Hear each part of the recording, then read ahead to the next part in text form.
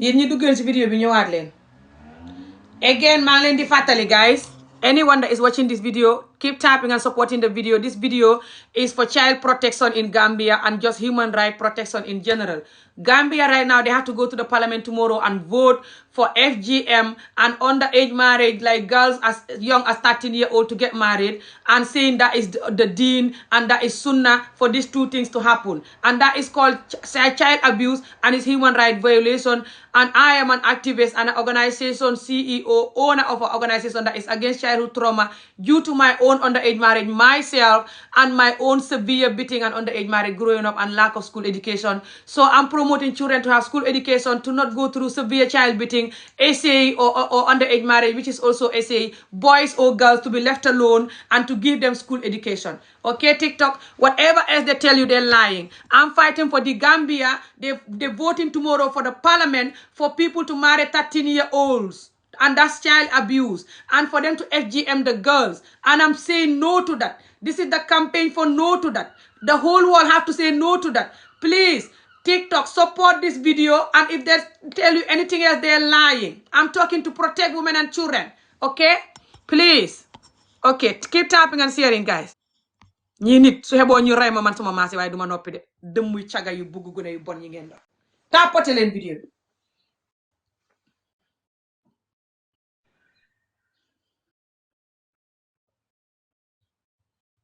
allo allo hello salaamaaleykum. waaleykum salaam. na nga def. maa ngi si jàmm rek tapote leen vidéo bi guys te like ko mu yéeg. naka weeri koor bi. weeri koor bi kaya ngi nii métti rek nga xoor ba pare xam askan ba xam ne mukk fañ bugg gune te danañ takk gune yi te danañ lay seet gune yi jigéen yi traumatise leen. waaw man mun ma understand ne daal boo pose nii lan la. soo xamoo lu xew. xamoo lu xew. non maa ngi dégg yaa ngi wax de. dañ bugg a legalize pour takk xale yu ndaw yi. yaa ngi understand. so ak tamit xarafal jigéen xaw ma ndax topic boobu ngay wax. waaw. dama koy déggal TikTok nii.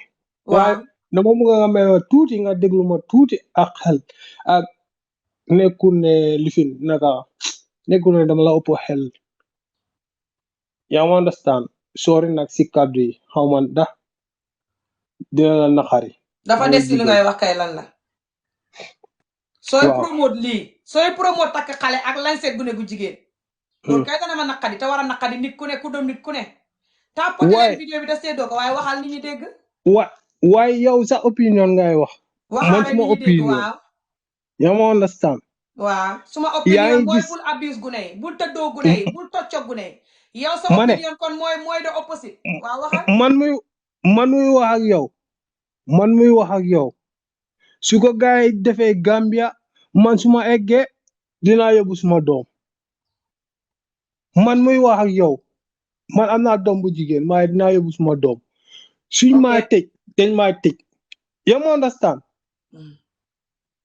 lu nekk daal tubaab yi buñ leen yóbbaale seen aada buñ leen lu nekk daal tubaab yi buñ leen yóbbaale seen aada buñ leen yaa ma understand. léegi nag taxawal ma xala rek boo ko defee Gambie. boo ko defee Gambie. waaw bu ko def di ko nëbbu taxawal ma xala rek dégloo xare bu ko def di ko nëbbu ndax soo ko nëbbee sax danga feeñ lu mu yàgg-yàgg. waaye man du ma nëbbu man taxawal ma xala rek dégloo xa calmal down rek. waaw ñi nga xamee fit taxawal rek ma xala calmal down rek. ñi nga xamee fit te soxot te yabaate te yab jigéen te bañ jigéen te yab yàlla tey mbubboo yàlla pour toroxal jigéen xamee fit noonu ba soo ko defee na nga ko yëgle bu ko nëbbee na nga ko yëgle su ko defee nga xool ndax duñ la arrest nga dem tëddi kaso nit ñi xam ne jàmbaar nga man déglu ma wax la nguur bi juru suma doom waaw nguur bi juru suma doom man maa jur suma doom of course ku nga xam ne yaa moom sa doom la lu la neex nga def su la neexee nga ne yow christian nga su la neexee yow nga ne muslim nga loolu keew ma dara si yow man suma doom la yaa ma understand man xeet bu ma jógee ko ñun dañuy xarafal ndeysaan Afrique man tapoté leen vidéo bi te séddoo ko man gaay muy ñëw wax leen ak di ko yow tapoté di ko gis nga séddoo de gis nga gis nga gis nga yéen ñuy xeex nii buñ xarafal buñ lifin nii bañ ma waxuma ne comme ça niñ ko dee dogee du baax waaye am na ñu nga xam ne mun nen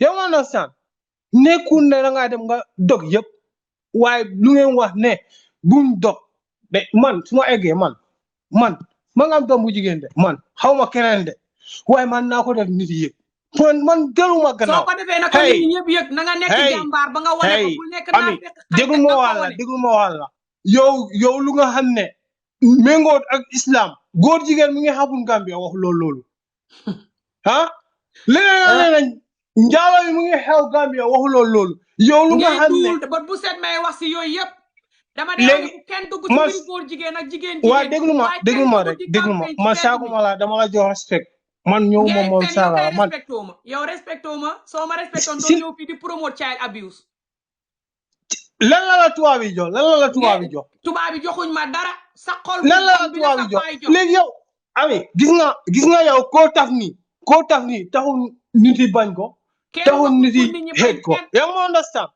yow kii mu lu mu nekk di wax yow daf ko teg si sarta yu wér yow léegi fenn du toroxal jigéen ak xale déglu ma génneel ma sarta yu nga xam ne léegi génneel ma sarta yu nga xam ne léegi ñu ngi lor jigéen yi ñu ngi dem mutu ñu ngi dee ñaan jigéen ñoo nekk di dee wax ma rek su ma génneele ñaar rek man naa gëm bi day def TikTok sax ñëw na fii ci suma live vidéo bi di ko wax magam dee ngi xaram kan ay sa Gambia léegi yàlla rayatu waa déglu ma wax la mais ma léegi yàlla rayatu Gambien bi day def TikTok te nekk Sweden ma ne léegi yàlla rayatu léegi doomi adama yi ñooy rey gune guñ jël lañ set ko deretam tuuru bam dee nga ne yàllaa ko rey te loolu léegi yàlla rayatu Gambi rek fa bëri célébrité waa déglu ma rek jigéen ñëpp waaw may ma rek léegi yàlla rayatu su waxee waaw ma d'accord yow yaay jaam te yaay xaj te yaay yab yàlla ta bon yàlla rayatu de pour gune jigéen yow gis nga lu nekk déglu ma may ma wala may ma gis nga yàlla comme yóbbu sa bakkan rek xamal ne sa waxtu moo jot ngay duul yéen ñi ne koy lañseet di ko rey yéen dëmm yu mag yi naan kati deret yi jërëjëf man yow yaa bon yaay xaj waaye man muy wax ak yow man naa yóbbu suma doom bu jigéen man naa yóbbu suma doom bu jigéen waa yóbbu ko te soo ko assurance mu si islam bi man soo ko yóbboo nanga ko yëgle man naa yóbbu suma doom ko yëgle comme ni nga ñëwee ci live bi di ko yëgle yéen lan ngeen mun da ngeen di campagne lii nii waaye doo leen mun dara foofu noonu doo leen mun dara ami yow da nga am dépression ami yow da nga am dépression di wax dañ la may time xale bu ndaw ñu may la yaa ngi nii si sa audio yàlla ma yàlla jégal si sa audio si sa wax yaa waxtaan ak nit yi nga ne ku la takkoon da nga toppoon kooku interest gi nga nit bul topp bugg àdduna dafa am fooy emale sa bopp lu la yàlla may bul def force sa bopp pour dem yaa ngi nii ku la yóbbu woon or nga ko si sa waxin de nga ne yow doo leen nangu ñu ko téye yow si maa ngi or astafurlah yàlla ma yàlla jégal si waxtaan si wax laa indil gi nga nit looy def dara boole si iman nga boole si gëm yàlla nga xam ne lu nekkul ne dafa toog na mu xëy nekkul ne dafa toog na mu xëy maa ngi Gambia man fu nga waxee man maa ngi si dëkki tubaab bi maa ngi Italie noo ñëwee ci dëkki tubaab yi man nu ma ñëwee si dëkki tubaab bi soo buggee mun naa la ko leeral yëpp man nu amul lu ma nëbbu yàlla moo binda suma ñam fii yow da nga ñëw ibi nga ñëwee avion ci dëkki tubaab yi yooni gannaaw ma ne ifi yow nga ñëwee avion yow ñëw loon bi nga ñëwee ci dëkki tubaab yi waaw exactly lu ma def dama yalwaan ngay xaru te gëmoo yàlla moo tax nga jël yooni gannaaw yow tam gëmoo yàlla nga jël avion lu yàlla wax ci nit ak nit ku buggee lu yàlla wax ci doy soo doy noon yow yaa buggee déglu ma wax la gis nga man soo doy noon da nga jël yooni gannaaw di xaru yow yaa pédophile yow tam man waaw même ma rek yaay xaj yaay jaam waaye waaw jërëjëf jàmm ji nga ci dëkki tubaab yi ba tax nga xuus yoonu gannaaw gi ñëw doo ko masa xam di xàqi gu ne ngay promote Afrique pour seen ronko yi moo lay fekk government mi ñoo defu seen wargal government ñoo defu seen wargal soo gisee government lu muy ndaw yi defee di bàyyi wargalam seen dëkk xaj di bu ñëw mel fii ni yow su government di hey liggéey nga ne dara government bi du gënul liggéey Afrique billahi dama ko dee waa dara gënul yow Afrique yaay jaam hey taxawal ma ami génnee la doy na yow yaay doy na jaam is fine xaaral yow ma la génnee yéen la la rek tubaab yi ok tapoté leen vidéo te xiigal ko danaa jël keneen guys ku kenn continuer leen di tapoté rek so guys vidéo bi du kii rek laay wax de ak mbiri féeri bi ak mbiri gune yi nga xam ne ñu ngi taxaw Gambie mënuñoo xam boos pour jàngi school yu bëri Gambie dëkk yu bëri xamul school mbala mu am benn school rek ba pare yeneen dëkk yi ko wër yëpp gune yi di fa jógee di jàng si foofa school duñ koy xam xaaral nataal baa ngi nii soo demee Watson Gambie danga ko gis yëpp gis nga ko gune yi fa ñuy rang di xëccoo rang gu gudd la di bi ma xante di gaañante pour dugg ci benn oto bi pour dem jàngi gune yi fa ñuy fay school lu seer luñ xamul njëgam surtout kër yi nga xam ne moom la imaam bi di promo dafañ war a xam ñeenti jabar te mu ne bala nga leen takk nga leen a war a xarafal ndax boo leen xarafalu doo leen mën a doy doo leen mën a jox lu leen doy ci kawlal ndax jigéen ci xarafut kenn mënu koo jox lu ko doy ci kawlal mu ne keep tapping and sharing dimbale leen vidéo bi donate leen vidéo bi na nguuri Gambie gi gis vidéo bi Adama Barrow sa nguur gi buñ waxee waaw suba vote pour nit ñi takk xale vote pour nit ñi xarafal jigéen yow ak Lawyer Darboe ak Imam Fatty yéen ñett danaa leen disrespect yoo xam ne ba ngeen juddoo tey masul du ngeen ko mas a gis ci internet bi su ma dee sax du ngeen gisati vidéo yu bonee noonu da ngeen waat ci Alxuraan ne maa dof gi nga vidéo yu bon yi ngeen di gis ci internet bi yi ma leen di defal mooy raw yooyu te su ma deexoon sax keneen du mën a def vidéo yu bon ba mel ni yu ma leen di paree defal yéen ñetti nit ñi Gambie yéen ñett rek laay focus nag muy Imam Fatty Lawyer Darboe ak Adama Barrow ñetti nit ñi lay focus buñ waxee waaw suba su fekkee góor ña sa parlement ba ñetti jigéen rek ne fa ngeen di jaay yabaateeg soxot ba jigéen ñooñu noonu su seen vote mënul dara parce que ñoom ñett la waaye jigéen ñoo ñoom ñu bëri du ñemee mel ni manit kon ngeen traumatise leen dabul bulli leen comme ni ngeen may def soo fa ñuy ànd ak yéen waaw yes pour jàmm xam tapoté leen rek danaa leen jël kon ñetti jigéen yooyu loolu xamul njëriñ waaye xam nga ñetti jigéen doy te loolu ñetti yooyu xamul njëriñ leer na léegi nag Imam Fatty taxaw muy imam bi nga gisoon nataalam léegi mu ne képp koo xam ne yow suba bokk nga ci parlement bi nga vote déedéet buñ xarafal gune te buñ takk gune yow ñoom danañ la ñaan yàlla pare ñoom danañ la méccoone ñu wate la nga génn ca parlement ba parce que du koo jullit yàlla ji la ñuy mbubboo de ñii nit li ñuy mbubboo yàlla ñii nit ñoo yab yàlla te bañ yàlla te bugg nit ñi bañ yàlla ñoo tax seen doom yi duñ julli ñoo tax nit ñi fi ne di def ay vidéo di xas julli di leen xooxee pédophile di leen xooxee bon yéenay def yàlla ji mel ni fa soxot ta bon ta bañ jigéen ak gune su ngeen di jàngal gune Alxuraan di leen dóor di leen tocco ak a làmbatu sax boog yéen ñu bëri xame gune yi ci kër gi di leen dóor di leen tocco Alxuraan o not xame gune yi seen yaay yi di njaaloo di toroxal di sàgganee yaay ya te war a seet yàlla ba toog leem sa ndangamtaan yi sol tubéy toog farmatir sa tubéy ji toog yàlla mi ngay seet bay lañ seet gune yi ak a takk gune yi yàlla moo la wax ne nga farmatir sa tubéy bi leem sa nangamtaan yi toog bul njaaloo te nga dëkk ci njaaloo yéen bu dee fukk ngeen juróom-ñetti yéen njaaloo ngeen di dëkkee juróom fukki at yàlla ngeen di njaaloo ngeen di takk jabar fekk yéen a ngi am ñaar fukki at bu dee teel ngeen a am jabar ba fi mu ne ngeen xam juróom benn fukki at juróom ñaar fukki at ba tey yéen a ngi njaaloo ak naan si ndox ndaali ngeen xamale ba tey man ami sax man mi ngeen di xas nii su ngeen jotoon si man juutal ma yéen faa yi may xas ak yéen ñëpp tout tapoté leen xay yi ngeen do waaye da ngeen xam ne seen doom yi màgg nañ yéen ku leen wax ne nit ñi danañ toog di leen seetaan ngeen di juutal gune yi takk ornat because ngeen a bëgg gune suñ waxee ngeen ne gune yi soo leen takkul fa ñuy biit doo wax ak ñu leen di biital yéenu neen yéenay biital ku ne di biital sa doomi morom ku ne di ruuxlu sa doomi morom yéenu neen yéen groupe gi yéenu neen yéen waa askan wu tuuti woo Gambie doo wax ak nit ñi ne leen baleen gune yi yàlla bëggut lii wax ji jeex nga focus si ñoom di yuuxu comme ni may def nii nit ñi xam ne jullit bu baax nga waaye di focus si gune yi di layee ne su ma leen takkut fañ keneen fa leen di biital balaa càkkay man ma biital la moo gën biital gune la kaay ma takk la tey rek ngeen di dee di ngeen di bugg gune ta bon dangeen xam ne suma maas yi su xeboo ngeen faraay ma gejji ma comme original dëmm yi ngeen do film ko bu ngeen koy def moo gën ngeen di naan dereti gune yi di bojj gune yi te yéen ñu bëri seen xawara yaa ngi mel ni fas yu si butu ngeen di ko bojj gune yi pédophile yu bon yi ngeen do tapoté leen vidéo bi doron ne mool bi faala hens mool te kela mooti mool ye faafaat duniyaa he bang tapoté leen rek ñim pédophile ye vidéo fi is gonna end kam musoo la critique yéen musóor yi bu la yee school bi wala yee human rights bi ñu by force. Keep tapping and sharing. Hello. Ami. Naam waaye foofu wax na nooy de. waaw am na noise kay naa def. kenn du la mën a dégg foofu nag. man maa ngi lay dégg man. waaw waaye ñun mënuñ la dégg maa ngi ci jàmm soo am loo bëgg a wax. waaw dafa am lu ma bëgg a wax suñu ndaw rek. xanaa nga yëkkati sa baat ci kaw dafa nooy si trop tapoté leen vidéo te séddoo ko gars yi.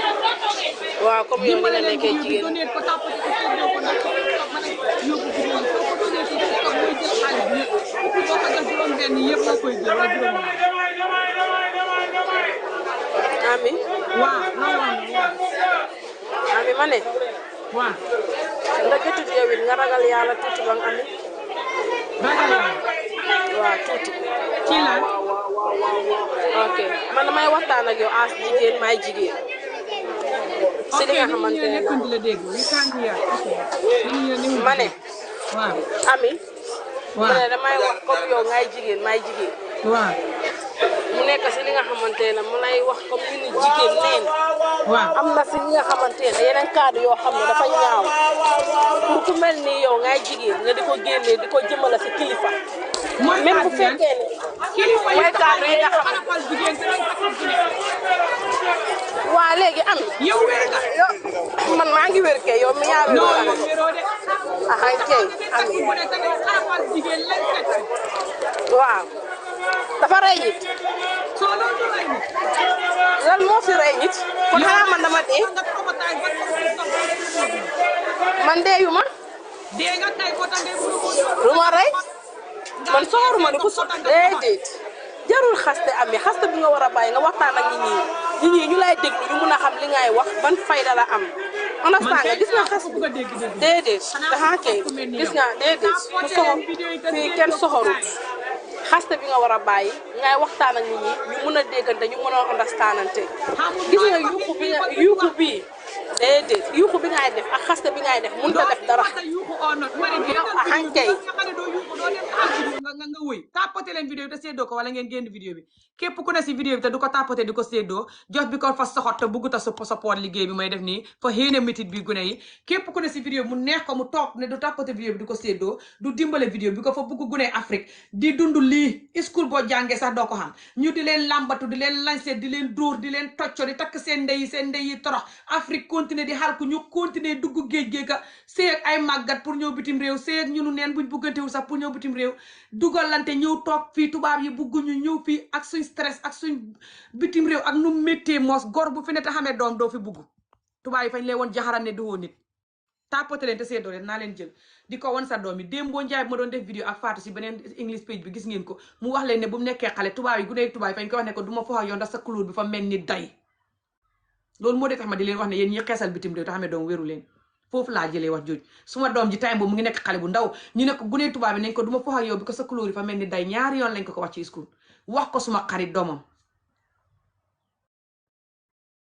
fi ma dëkk Angleterre Scotland gi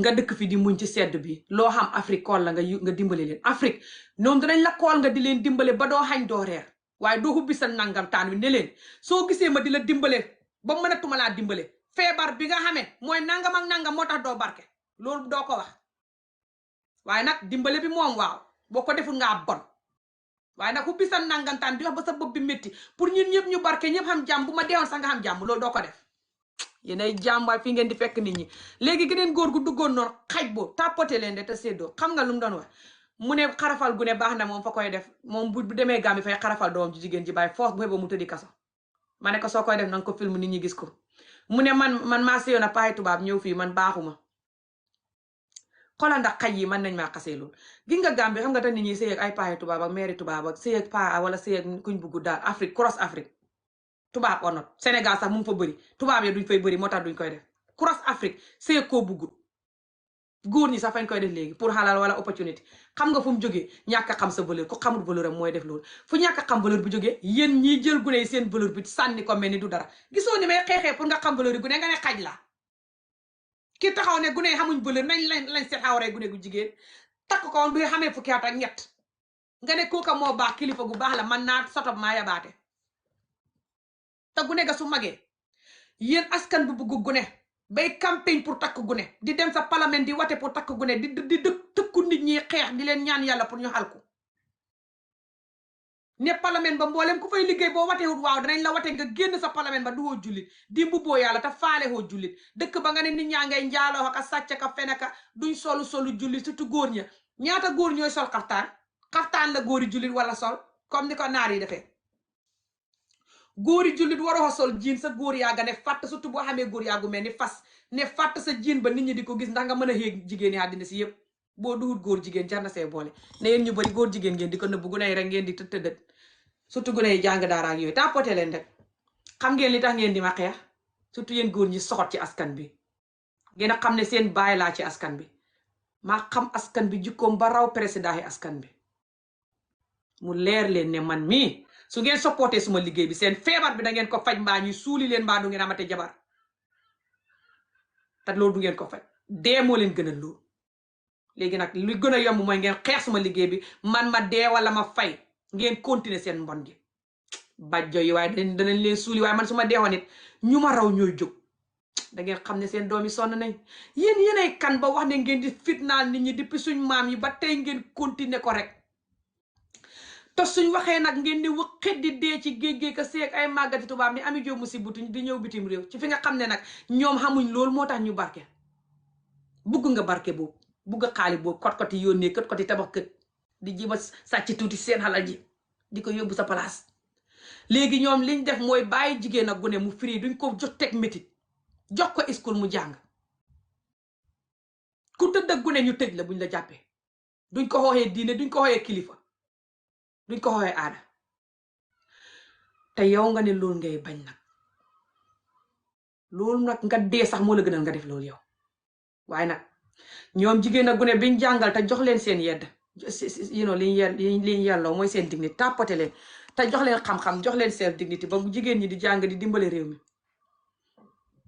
góor ñi di jàng di dimbale réew mi jërë ngeen jëf te yéen ngeen xeeb jigéen te xal ko te soxot te bàjjo te bon suma doom ji jigéen ji nga xam ne fa bugg a jàng nekk medical science yéen ñaata yéen a nekk medical science yéen góor ñi direekuy xarafal jigéen ak direeku di promote xarafal jigéen mi yéen a ngi mel ni Ami Jóob mel ni man liggéey yu dof ngeen di def stupide liggéey fomp taati tubaab ak yooyu yéen ñaata yéen a nekk yéen dem université fi mu ne nii pour nekk medical science moom laa leen di laaj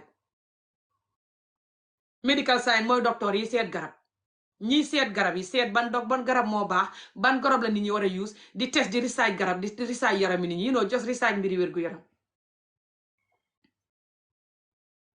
te kook jigéen la fukki at ak juróom-ñaar la am ren gii lay tàmbali université te fukki at ak juróom-ñaar rek la am te jigéen la ndax loolu dana ko teree sëy ndax loolu dana ko teree xam doom nekk jigéen ju baax bu xamee jëkkër ju baax waaye xam nga lu tax ngeen bañ loolu ngeen a xam ne borom bu nangoo jël jëkkër ju cagata bon te di la dóor di la abuse te ku ko neex takk ku ko neex biital di la indil feebar ci si néegi sëy bi du la loof du la faale nga toog di bale di fomp yi jooy ni mbindaan buñ suuli xam nga ne borom du ko nangu fa jàng te xam-xam baraw la xam luy càmmooy ak ndeyjoor haa bajjo yu bon yi ngeen dox aka yéen a masta seen géem bu bon bi te man koo protect lépp loo xam ne seen ngeen ko muy ñuul ci we ngeen xam ne lii bu ñëwee fay yàq géem bi rek ngeen non na lii bum ñëw bu jigéen jàng fay xamee jikko tubaab déggoo xaj boobu naan fi ne man li may wax nii jikko tubaab la lii lu mu bokk ak tubaab ak nit ku ñuul ak lii nit ku wét ku ne lii nga war a xalaatee baxal gune yi ngay tëddoo takk onot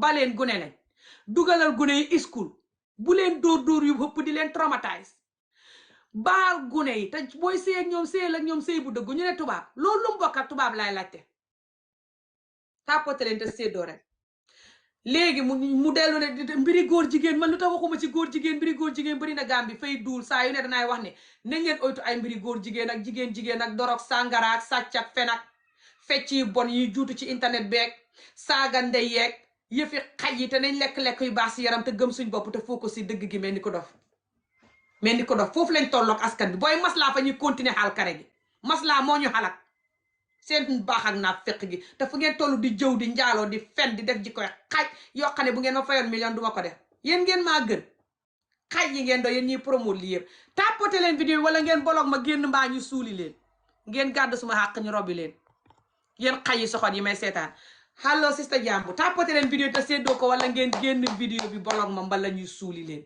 ngeen gàddu xàqi gune yi ñuy xarafala gune yi di xane di fa ñuy rang di dee boos buñ dugg dem isko sax duñ ko xam ana paxab imam baati sax tapote leen vidéo yi te seddoo ko léegi xola paa bi ne jiin ak ñetti xabdum ne jiin ni tan musibutu nii xam nga paa bi lum ne jiin ni tan musibutu nii lum do mu ne ne xarafal gune gu jigéen ba pare takk ko bu xamee fukki at ak ñett boo ko deful gune ga fay biit tapote leen te sista bul yoo neeree mais reewaay may jooy barki salaatu fatiha may reewaay may jooy xoolal suma bëdi ñun nit ku ñu yu bëri fa ñuy ree te fekk fa ñuy jooy ngir naqat loolu xadduna si yëpp xamee nañ ñu ko lu ñu war a jooy ñu di ko ree ba tubaab yi di jaaxle aka ñoo bëgg métital nit surtout ku ne ak jigéen du ngeen mës a gis jàmm te li ma jaaxal mooy métit yi fa mel ni yow muy togg xañ te su xañ bi paree nga ne xamul xorom de xamul kéeg ma si de oh lii fa lawet bëgguma ko tuur ko di toggaat mooy yéen métit bi ressource bu mu leen di indil mooy Afrique du ma sa barke nit ku ñuul du ma sa buggante dorog sàngara kenn ku ne di laalante ku warta laalante nit ñuy bañante mbokk yeeg xarit yeeg wujj yeeg jëkkër ak jabar yeeg nguur geeg nit ñeeg dara du dox nothing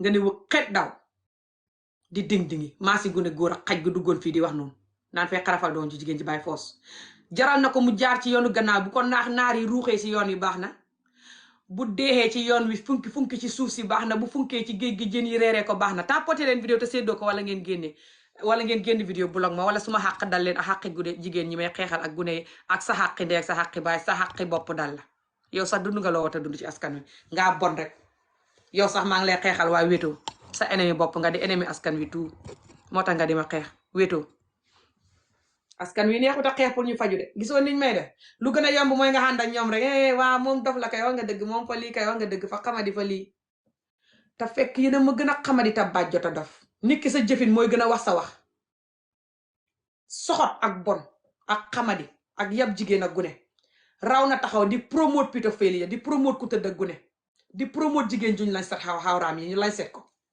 ngay mbubboo ay xaada ak ay yàlla ak ay nangam te faalehu leen si yooyu yëpp lenn faalehu leen yàlla faalehu leen suñ aada suñ cosaan ku ne xam na seen jikko surtout waa Gambie tapoté leen léegi tapoté leen rek te seddoo rek ñu continuer programme bi danaa leen jël tapoté leen maa ngi ñëw jël leen ok xaaral ma jël keneen sax te maa xoor maa ngi yuuxu rek xaaral ma jël keneen ma am break léegi xawma ko fi njëkk kan la xaaral ma seet kii kan la tapoté leen ne léegi tey nga gis gars yi duggaat di promote li tapoté leen léegi tey ngeen xam gars yi seen jikko asalaamaaleykum. waaleykum salaam. Ami naka nga def. maa ngi kay néew ma si jàmm maa ngi si xay bi waaw wax dëgg ñun ñëpp kenn nekkul si jàmm ma ne ko ñun ñëpp kenn nekkul si jàmm képp kuy doom bu jigéen nekkuloo si jàmm moom wax dëgg moo neex yàlla. parce que lii ma gis si dëkk bi moom dalul xel jëmul kanam suñ doom yu jigéen ñi ñu ngi si risque suñ rakk yu jigéen yaa ngi si risque. foo nekk yaa ngi Gambia. maa ngi Gambia kay. waxal ma situation bi right now ak noo gisee situation bi énergie bi ñu. noo gisee situation bi right now rek waaw nga xam ne gars yi ñu ngi war a focus seen énergie bi feneen ñu di ko focus si xarafal jigéen ak takk xale. énergie bi si drogue abuse bi lañ ko war a dugal xale yaa ngi use drogue bi kus la tudda xaw ma naka la tudda parce que tur biñ ko jox sa rafetul ndi kooku suñu athlète la di ñu yóbbu international. soo tur boobu sax man du ma ko ooyee. waaw xale yi ñu ngi si rampant sàcca yaa ngi si dëkk bi ne xas. corruption bi mu ngi si nguur gi yooyu yëpp lijjanti wuñ ko ñun ñoo lijjanti ñun suñ jëmm ji ñun suñ yaram bi lan lañ ci war a def lu si yooni imam Fati ak ñoñam luy business imam Fati si ñun suñ yaram lan la lu si war a nekk lu si business imam Fati ñoom ñoo mu ne ko tilim mu ne loolu ko tilim dafañ ko war a dagg mu set moom moo tilim moom mi soxla di tëddee ay xale yu ndaw comme ni nga koy waxee moom moo tilim moo bon moom moo génn ci diine l'islam waaye ñun ñii kenn génnuñ ci diine l'islam tey lañ gën a nekk ay julit axan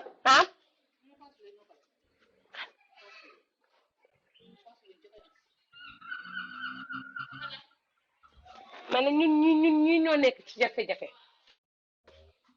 waaw ma ne ko ñoom ñoo nekk ci jafe-jafe ñoom ñooñu di xalaat pour def doomi jàmbur yi lu bon ñoo nekk ci ay jafe-jafe waaye ñun ñu ngi nekk ay jullit te xam nañ ne suñ position ci yàlla mu fa ba gënaaw ëllëg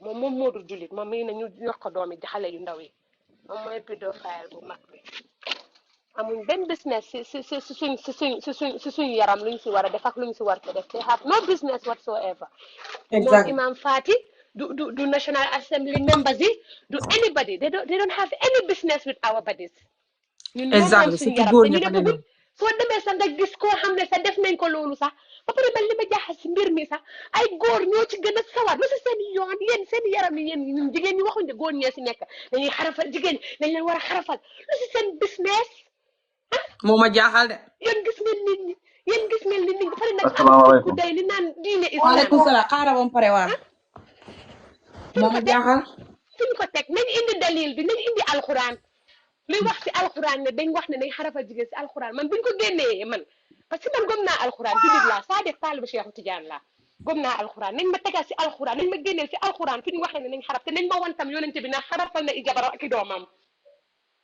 nañ exactly ma wan loolu man buñ ma wanee loolu salaam ñu du ne tax sunna sax la nag ma def ko jànga ñu ne du sunna tax la sax ñu nag ne ma def ko sunna la jànga waaw ma ne la bu jànga dee ñu ne sunna la sunna la léegi waaye ndax su dee Aïcha def na sunna ko sax ndax ñu ne yonente bi sunna defal la na ko waaye su dee Roxiya ndax defal na ko Fatima déglu ma ndax yonente bi defal na ko Roxiya ndax defal na ko Zeynab ndax defal na ko Fatima ma ne su ko yonent bi ndax defal na defoon ko Umu Kalsum su ko yonent bi defoon sax ñoom te ñëwoon di muy def lor yonent bi yum déglu def ma ne yëpp la déedéet su ko yonente bi defoon sax sallallahu alayhi wa sallam te muy lore sax ñun suñ nekkee ay jullit duñ ko def exactly bi ko ñoom ñëwoon di def yeneen yim def te duy lore yeneen yu baax yim def te duy lore jeex na tak jeex na tak surtout njaaloo gim leen xaaye te loolu duy lore ah ñoom si tey lañ dëkk loof ko parce de que boo demee loof takk xale njaaloo bu ndaw comme boo luñ dem loofee niñ waaw buggee njaaloo boo buggee wuñ ko takkee nelaw boo ñu nekk takkee xale bu ndaw te bugg la boo takkee xale bu ndaw te bugg la yaa ngi ko tëddee su ba ngoon guddee ba ca parce que bugg la consent tout soo foofu sëy amu fa exactly réeb la boo takkee sexual xale bu abuse ndaw la te consent di tout parce que tëdd xale borom mënut a kër bu nekk consent bugg yaa la ngi koy réeb loolu su dee ba kaa ngoon ko guddee gën bëccëg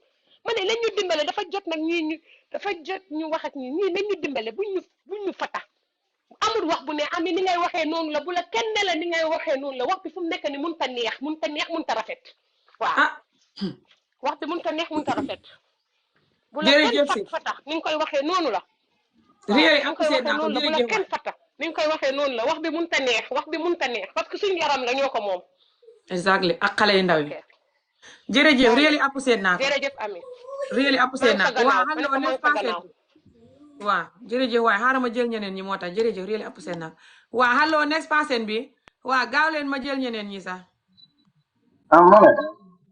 naam Ku nekk di wax naka la wax there's someone saying the one that just left. Mu ne suñ ko génnee si Quran moom dina ko gëm. waaw Comme moom nu moo julee. How's he supposed to pray? Is that mentioned in the Quran? No, it's not mentioned in the Quran. ok It's yow da not ngay mentioned promote in the FGM Quran. So why is he Ami mentioning Haral, that? Ami Haral, like, it Hey, wasn't mentioned in the no, Quran how to Haral. perform your salah. I want you people to tell me the statistics that every woman who does this. I want you to tell me the statistics of the women who were affected by this female circumcision, because we don't practice female genital mutilation in Gambia. We We practice do. female circumcision. We it's a lot do. go No, and no, do we Ami your don't. Nofi, like, research Ami I We love don't have Allah that. it's a lot you should go So I and do want you your to give research me. I want first you to give me the statistics.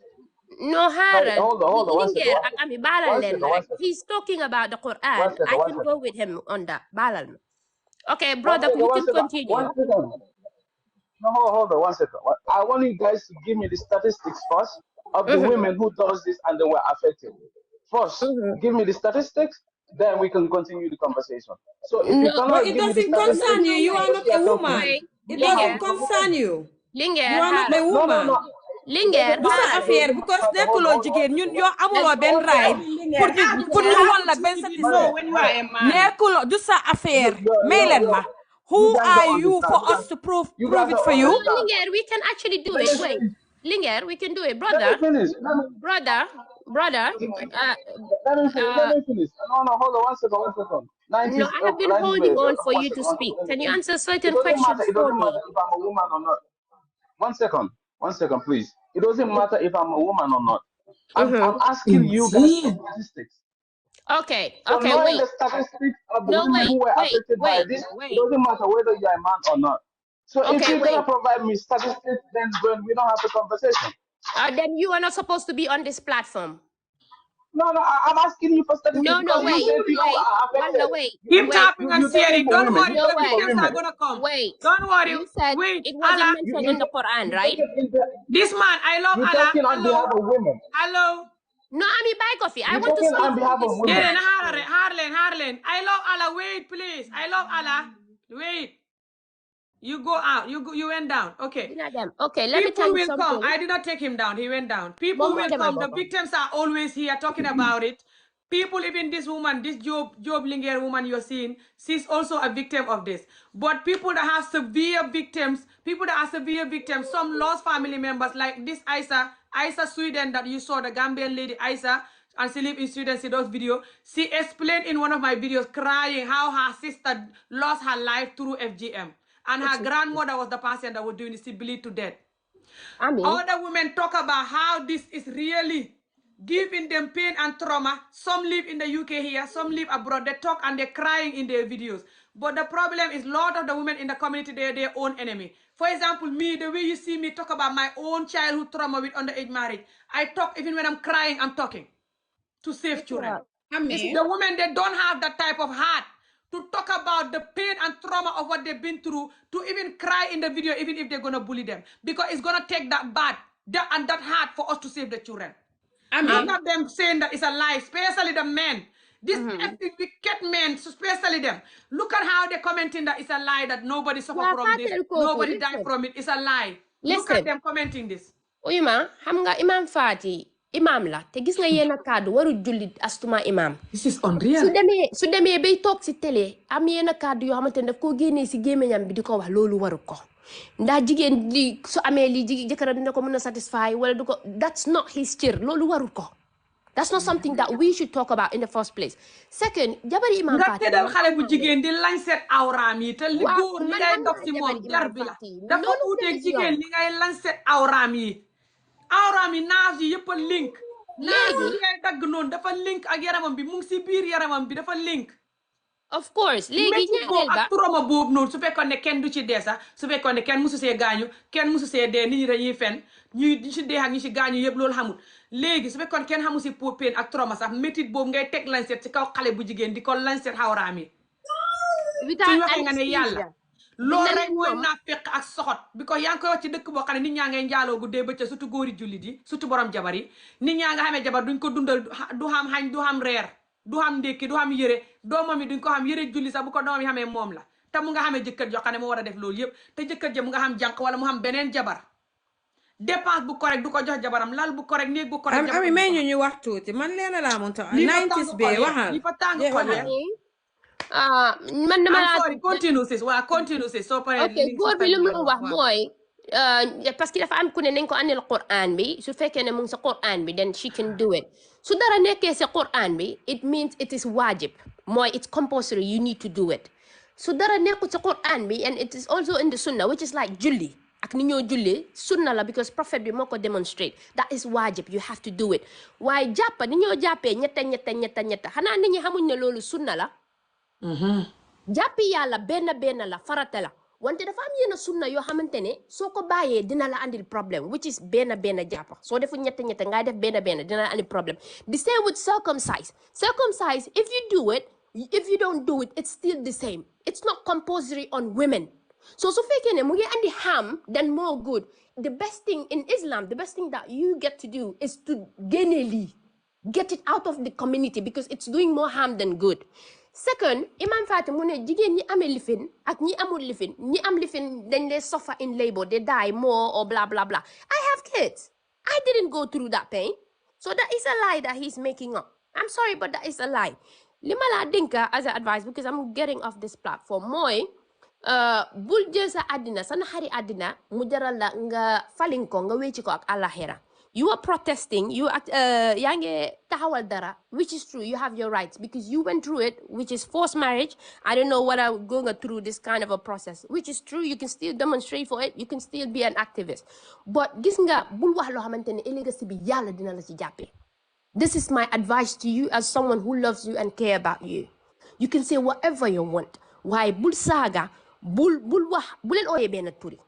You can relay your message and do not cause anyone harm. because li nga def nii so causing it harm at the end of the day on the day of judgment wallahi azim Allah will bring you forward and bring those people forward and then ding leen jox seen axa loolu la rek man bu ma cause benn harm di xanaa ñoom ñi cause harm kay lay wax ñu bàyyi what do you mean man ban harm laa mën a cause nit accounted for it all of them because Imam Fati jabaram yi duñ xale jabaram Wow. ñetti jabaram duñ xale waaw the youngest one I am 29 the youngest one is actually older than me exactly so this thing that they are putting their energy on man daf ma jaaxal because they are men and they actually putting this forward ne by force la war a nekk lii di waajib it's not compulsory this is not something that you need to do by and force so fekkee ne you are doing it by and force yaa ngi nekk an activist for this thing then there's an agenda for your motive there's something that you really have for it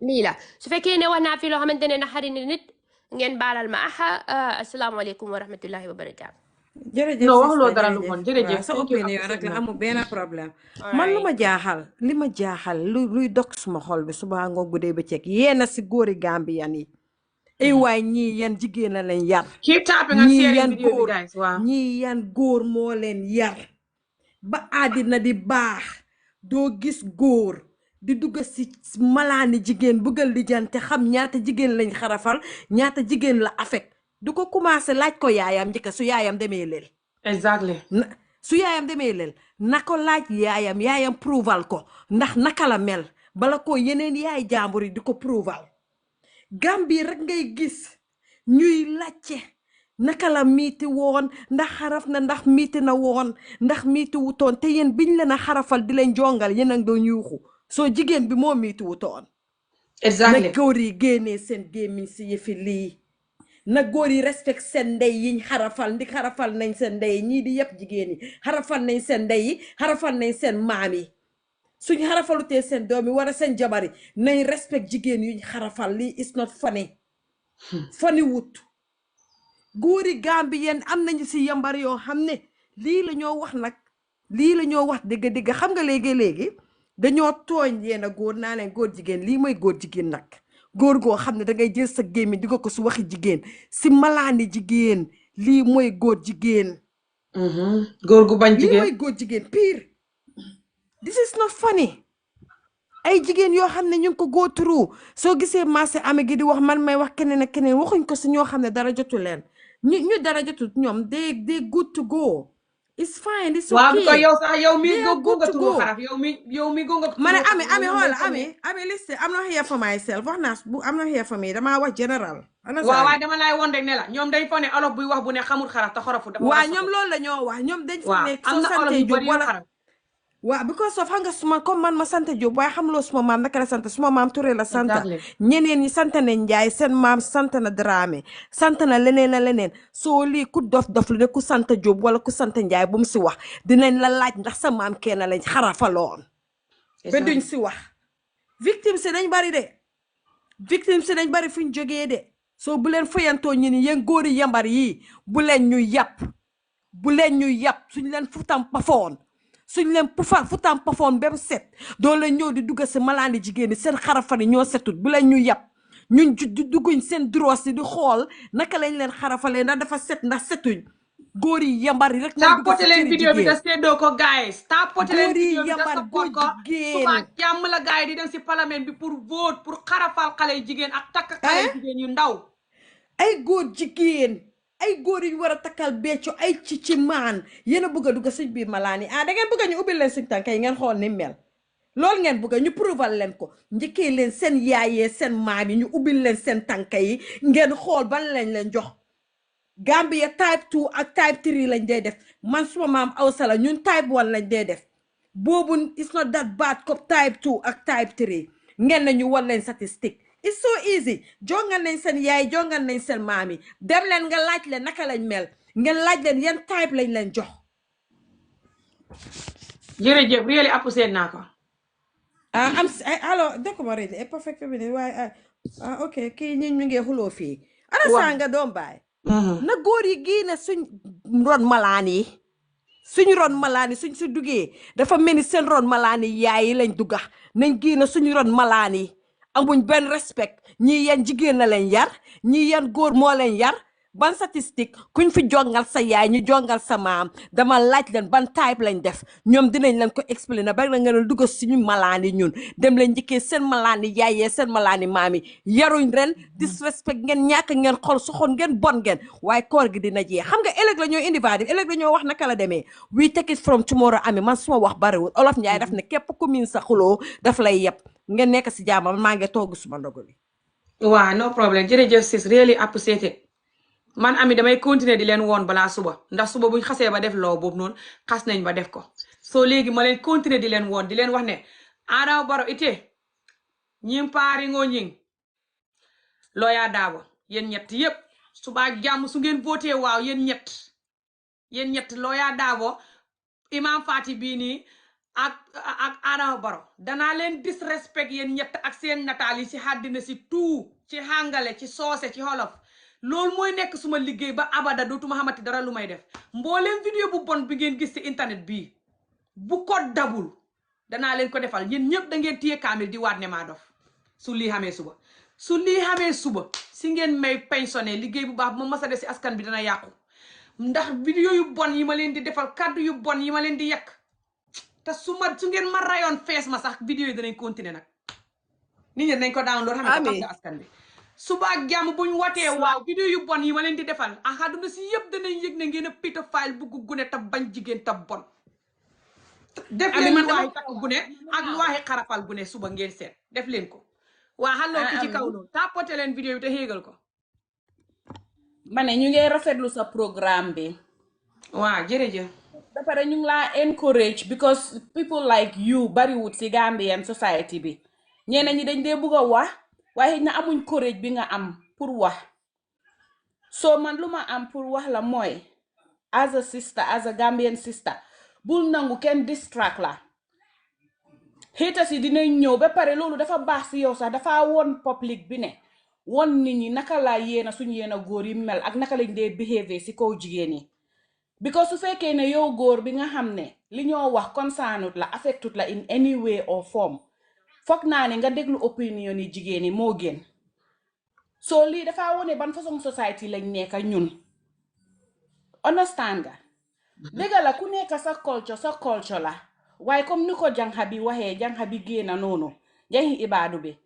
ne culture boo xam ne su dee culture la sax culture boo xam ne amalut askan bi benefit ba pare mu ngi lu moo yaaxa moo gën a bari lu moo defar so why not ñu génna si culture boobu moo gën ñu téye ko because am na culture yu bari yu fi jaaroon te bàyyi nañ ko understand nga waaye su fekkee ne ñun suñ góor yi ñu war a yërëm war ñoo jàppale ñooñu ñooy jóg di taxaw pour encourage pour ñu xam ñu pour encourage early marriage ba pare ñoom si seen boppa ñooy ñëw ragaluñ tiituñ di saagantee jigéen ñi si internet bi loolu dafa saat loolu dafa wane ban façon gi community lañ am so man personally dégga yow lu nga mun man munuma ko de parce que Gambian bi pour wax ak ñoom ñu si bari dafa metti because ñeena ñi dangaa wax sax ñu personalize ko wala ñu indi seen personal attack on you wala xëy na ñu dañ laa hate rek just for nothing den ñu gis la si internet bi rek ñu ñëw commencé di la attack so please dama laa ñaan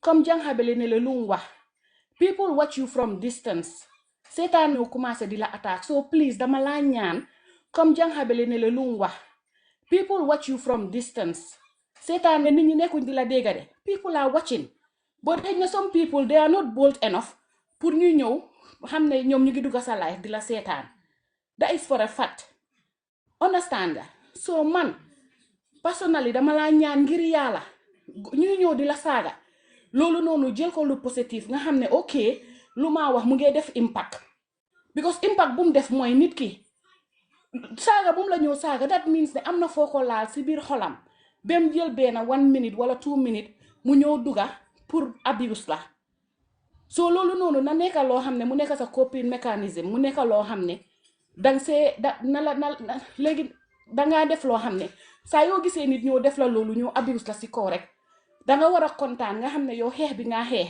mu ngee dem si kaw xeex bi nga xeex nit ñi ñu ngi koo dégga soo bul si mer bul si demee dina because doo mun na achieve lu bari su fekkee ne yaa ngi mer even dëgga sa soo ko buggee am soo meree dëgga boobu noonu pour mu duga nit ki wala nit ki digest ko daf dee naxari so man definitely lu ma laa wax man xam naa for a fact ne am na ñu nekk si Gambian government bi they are not stupid they've been through it te ñu ngi koo xëj na buggu ñoo génna because of culture wise ak xëj na family orientated ak yooyu noonu ak Gambian society bi nuñ mel nuñ mun a nga wax génn wax benn wax rek ñu xoolee la ko for life sa generation ki yaayam moo fi waxoon lii te maamam def na ko nangam so ñeneen ñi seen level of understanding is very poor so please xamal ban façon society nga nekk di demal bul nangu ñu distract la yaa ngi def a very good job because man muy wax yow am naa doom bu jigéen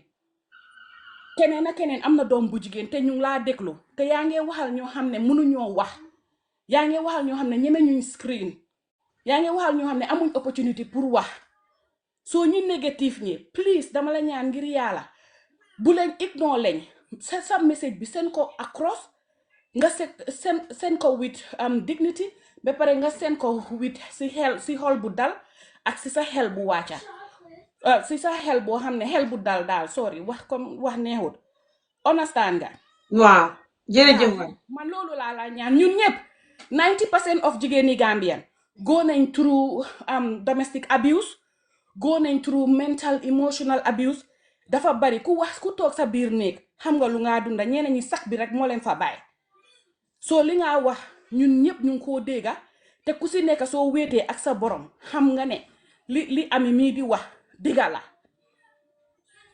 ba pare ku la kooloo noonu di lekk statistique bi ñaata nit la lii xam na dem mu def research am because there are lots of institute yoo xam ne ñu ngi Gambia yaaga nañ di xeex affaire yi FGM ku si mel ne nit ñi dañ dee dugga si vidéo bi sax every day su ma ko defee nit ñi dañ dee dugga di wax ñu leen xaamee mel ni ñoom docteur Aïssatou Touré ak léegi tey nit ñi dugga sax léegi tey yeneen nit ñi dugga FGM soo suñu bëggee xam statistiques yi let them go and do their research ba pare ñu try ñu jànga ñun dafa mel ni ñun jàngi gumbo leen jànga Gambien su bari jàngi gumbo leen jànga comme suma maas yi mun ngaa taxaw nga tari saar yu bari te suñ la wanee saar bi sax doo ko xam understand nga soo ñeneen ñi si yu bari balaa ngaa jóg ngay toog di wax demal nga research si lan la kii di wax lan la dee cause ak lan la dee def si nit 13 years old girl soo ko mayee man maa ngi am fii xale boo xam ne am na 18 te she still not there still maa ngi koo guide understand nga taapate leen vidéo bi te seedoo ko gaay continuer leen di taap vidéo bi te seedoo ko gaay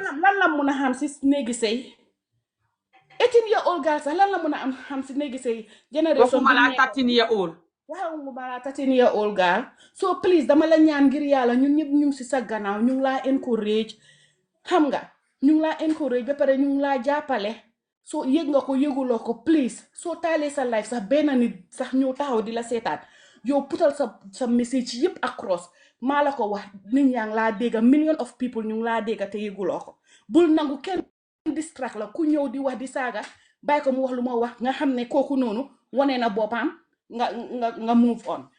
I think that that's the best way because fii yonente bu tedda bi sax sallallahu alayhi wa sallam sax dañ dee toog di ko caricature astema doomi aadama so loolu moom jërëjëf waay baax na jërëjëf really appreciate naa ko thank you very much baax na really appreciate naa ko waa hello Awsin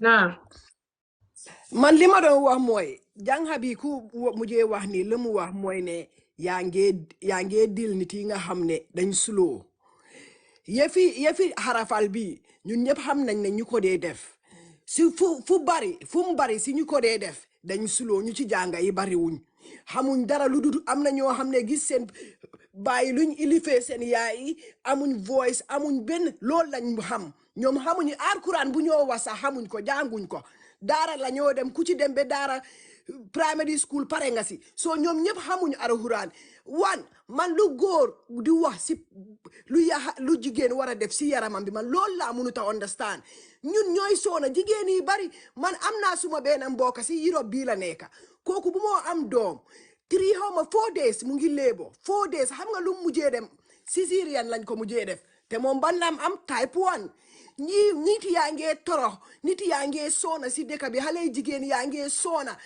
xale soo gisee man dama foog ne yeneen kilifa yi ñuy dem di wax li ñoom ñëpp pédophile lañ demal seen biir kër yi yaa ngee gis seen seet yi ñu ngi amee ñaata at nit yaa ngee dem daara ñu ngi leen a teddoo loolu Sénégal ak Gambia sax mu ngi fa teddoo xale jigéen yi di leen biiral léegi man li ma jaaxal mooy naka la góor yow góor nga war a dem di wax ne yow dangaa wax si jigéen yi lu ñoo def ak luñ di def am dem xarafal loolu lum help jigéen help ñu si dara help jigéen dara lu du daf leen yaaxal ñuy am doom ba pare amee xam nga lu ma naxari am na jigéen yoo xam ne dañ naa feexe boo xam ne ñu ngi si social media bi de ñu ngi naan ne waaye man def naa ko dara jotuma o duma ci wax yëfi because yow def nga ko jotut la yow amuloo benn complication keneen def na ko loolu matawut pour yow nga ne doo wax si loolu ba pare góor yi nga diilal si when is come te fi xarafal nii they very slow man moo tax man géej naa dem di dugga si life xale jigéen yi sax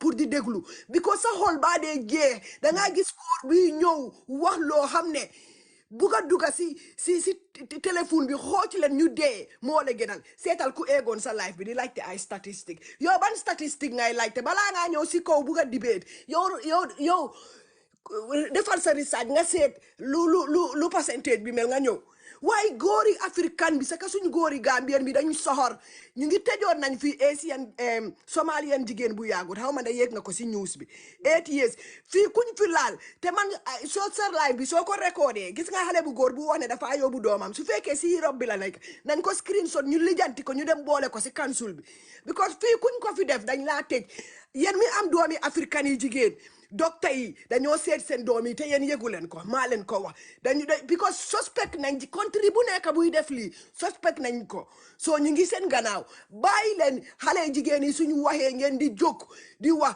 fii soo fi waxee maan góor bu abusive góor bu am respect soo waxee góor bu am abusive ñu ne kii na la ami pédophile yaa ngi bari Gambia léegi xale góor yi sax bàyyuñu leen ñu ngi pédophile xale yi ñu ngi rey bu Gambie rek Sénégal ak Afrique yëpp xanaa gisoo Sénégal xale yi seen ustaas yi leen di tëddoo bu set mu ngi ci xibaar yi waaw maa dee seetaan ñu yóbbu ñu ne 14 xale lañ yóbbu xaw ma ñaata ami ustaas bi ñooñu ñëpp la tëddoo xale yi di ñëw si live bi di explain loolu ba ni Alxuraan la moo ko wax loolu fan la ko Alxuraan waxee ba tey yéen a ngi yóbbu nit yaa ngi yóbbu seen doom yi because fii ku ñu fi réeb nga jóg ñu wax ñu ne bàyyi leen ko si famille xam nga man kañ laa bàyyi si Gambien si teel a sëy tam ñaari yëpp la imam bi di promote bul fàtte loolu baan bu mu bugg a génnee baan bu mu bugg a remove from the parliament baan boo dafa cover under age marriage ak FGM ñaari yëpp la cover si DNA buñ nekk nii waaw mu ne xale yi dañ war a sëy from the age of 13 loolu mooy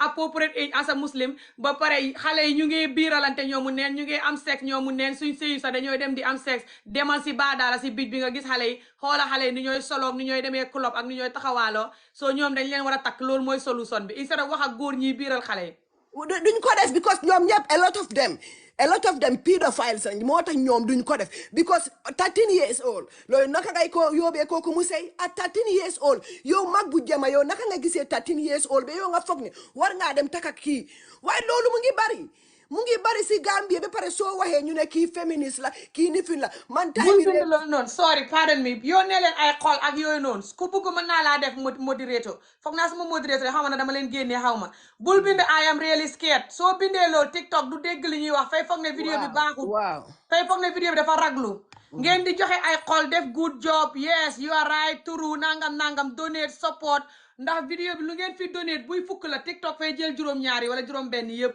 su ko defee fay mën a joxe vidéo bi Gambia government dañ ko war a dégg international community dégg ko soo gisee ñii génn ca mbedd ma xam seen groupe bi people ñu leen di support ñuy dox ca naaju tàng wa pour ñu xarafal gu nekk jigéen lañ set ko pour ñu meg soo ne gu nekk jigéen gu ndaw ñu maye ko doole ji ñuy def si loolu ak énergie bi mu leen jaral ñun jaralu ñu genn wàll gi pour loolu dakk man jaral na ma lu ko xam ngeen ma askan bi ñaata at maa ngi wax waaye yéen jaralut leen sax koota moo tax lii continuer moo tax ñii ñun lañ yeb fañ xam ne suñ génnee wax ñun magi askan bi ñoo feebar suñ xamoon ne buñ génnee góor ak jigéen yëpp génn na leen yéen lu ngeen di wax nii lum doon laa ilaha illallah lii lan la nu ko noon duñ génn def ko waaye ñi ngi génn di campagne boo demee YouTube gis seen vidéo yu xees yi groupe bi nit ñi topp ñi dënd topp kii doo ko gëm sax ne lii la ñuy campagne waaye te ami fekk xam ñu nga baa lan ñoo laa doon booba wax tey tàppatewu leen vidéo bi séddoowu leen vidéo bi faalewu leen ko yéen a ngi report vidéo bi sax boog pour mu dak because suñ ko xam def leen ne du ngeen xam jàmm xaqi gune dana leen topp fu ngeen manti toll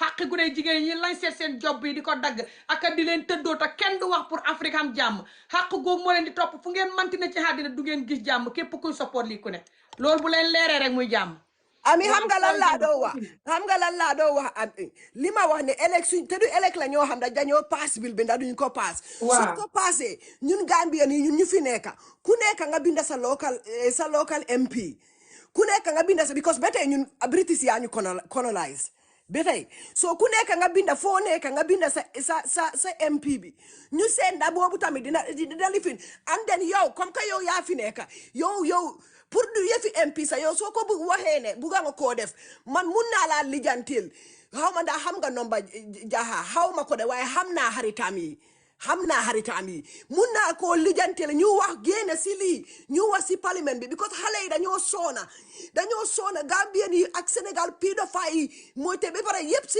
arxuraan bi la ñoo lifin bi la ñoo mbombo julit bi te ñoom ñëpp lu sariya bi di wax defuñ ko li yàlla di wax ne soo leen a tekka ba up to 4 jabar nga emale leen ko defuñ ko léegi góor yi dañoo takka ñaari jabar ñuy fen si diggante jabar yi di fen xee yi di am yéen defu leen ngir yàlla defu leen lu arxuraan bi di wax waaye bugga ngeen jigéen yi ñun ñu sofa pour lan te soo waxee ñu ne kii féministe la dañ nekk tubaab dañ nekk Europe ñu foog ne ñoom tubaab lañ non waaw dañ nekk ñoo Europe ko gën a xam ne li ngay wax dëgg la fañ bon moo tax ñuy wax loolu yëpp pour sa wax ji bu ko kenn déglu xale jigéen yi dañ soona si loxo góor yi léegi amuñ dara lu ñoo fat moo tax léegi divorce rate baa ngi bari because lu xew before góor yi ñooy jigéen yi si seen góor yi la ñoo mbumboo lu ñoo am waaye léegi xale jigéen yi macha allah ñëpp a ngee daan seen doole ñu ngee try xaaruñ góor joxuñ leen moo tax léegi mënuñoo manipulate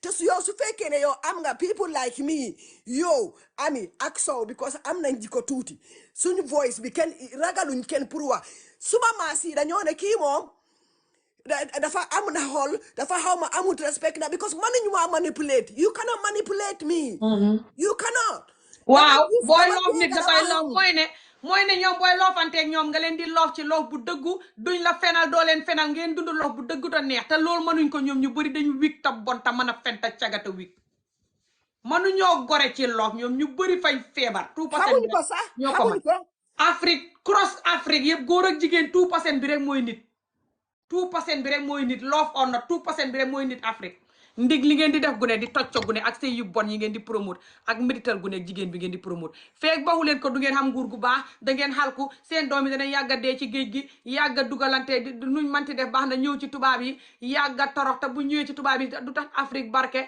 ngir nit ña fa ne ñu nga traumatise te soxot te mën a fen te xamee jikkoy traumatise ju bon ji nga xam ne moom ngeen di def gune by force te kenn du ko xeex pour mu génn muy jikkoy médital gune dóor yu bon lambatu gune ide nga koo takk wala not lambatu ko rek ba pare te doo dugal gune ga iskul ñetti façon ngi jikko yi fekk Afrique boobu ko Afrique ami xale jigéen yi tamit ñu ngee soona Gambie duñ defar seen doom yi fasaleen duñ defar xale yi góor yi léegi dañ ñeme lu yomba waaye lii bu leen ko baalal de buñ ko bàyyil ku nekk nga binda sa local MP ñu try a def dara man dinaa ko def man maa ngi xamee organisation léegi so loolu ngay wax ku bugg a join nga wax nit yi ñu join su fekkee ne plateforme ngay ubbi beneen ngay ubbi boo xam ne pour sa organisation la we will all join te we will mun nañoo spread words bi ñu mun a dimbale xale Gambie yi su nekkul loolu dafa nekk problème léegi réeb bi mu ngi fa bari baro yaa ngee bàyyi nit yi nga xam ne baro ñu ne seebi nit yi mbàyyi ami ñoom ñëpp loolu su nekkul loolu dafa nekk problème léegi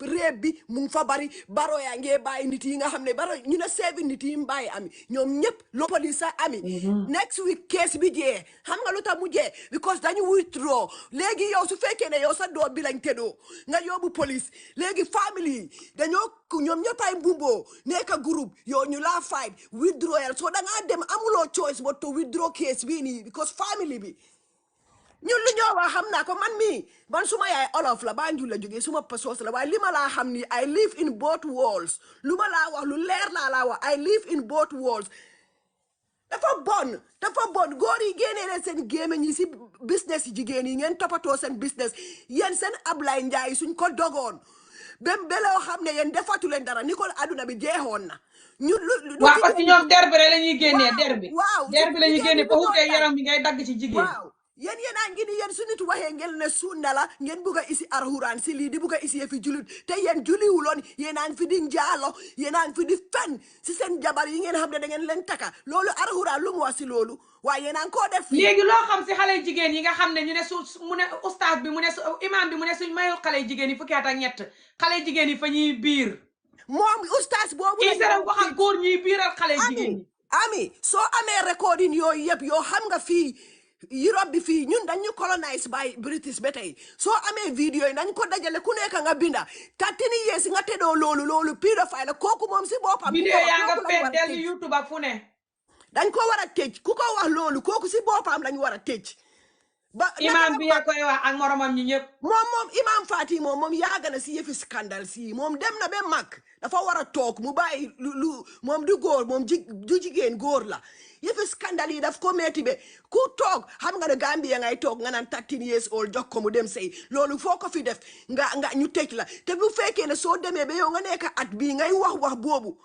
amee yal na ma yàlla baalal kon kii mbaa defut ko si xale yi ndaw yi tamit waxuma fay ñam culture bu miin xale te jigéen ñi ko wax dee xaaral ma waaja fekk jigéen ñi jóguñ takku suñ digg xeex lii Afrique finally am freedom ñu focus ci nguur gi tamaxal ñu school yu baax gune yi jàng ñu focus ci bàyyi gune yi di leen dóor di leen tocco bàyyi gune yi ñuy làmbatu muy góor wala jigéen fekk Afrique deful lool Afrique du masa barke ba àddina tukki waaw waaye maa ngi wàcce maa ngi ci suuf nga sow tapote leen te seddoo so maa ngi wàcce amee di tapote so nuyu naa thank you so much really appreciate naa ko so much tapote leen te seddoo guys aw si nuyu naa la waaw allo sis waaw ami ziar naa la nuyu naa la waaw maa ngi si jàmm ne mbaa defoo dara jërëjëf maa ngi lay ziar bu wér ba pare di la maanaam di la tatagal di la congratulate si li nga def si xeex bi ngay def because li ngay def suñu amoon daanaka Gambien yu bari yuy def lii kon foog naa ne lu bari wàññeeku na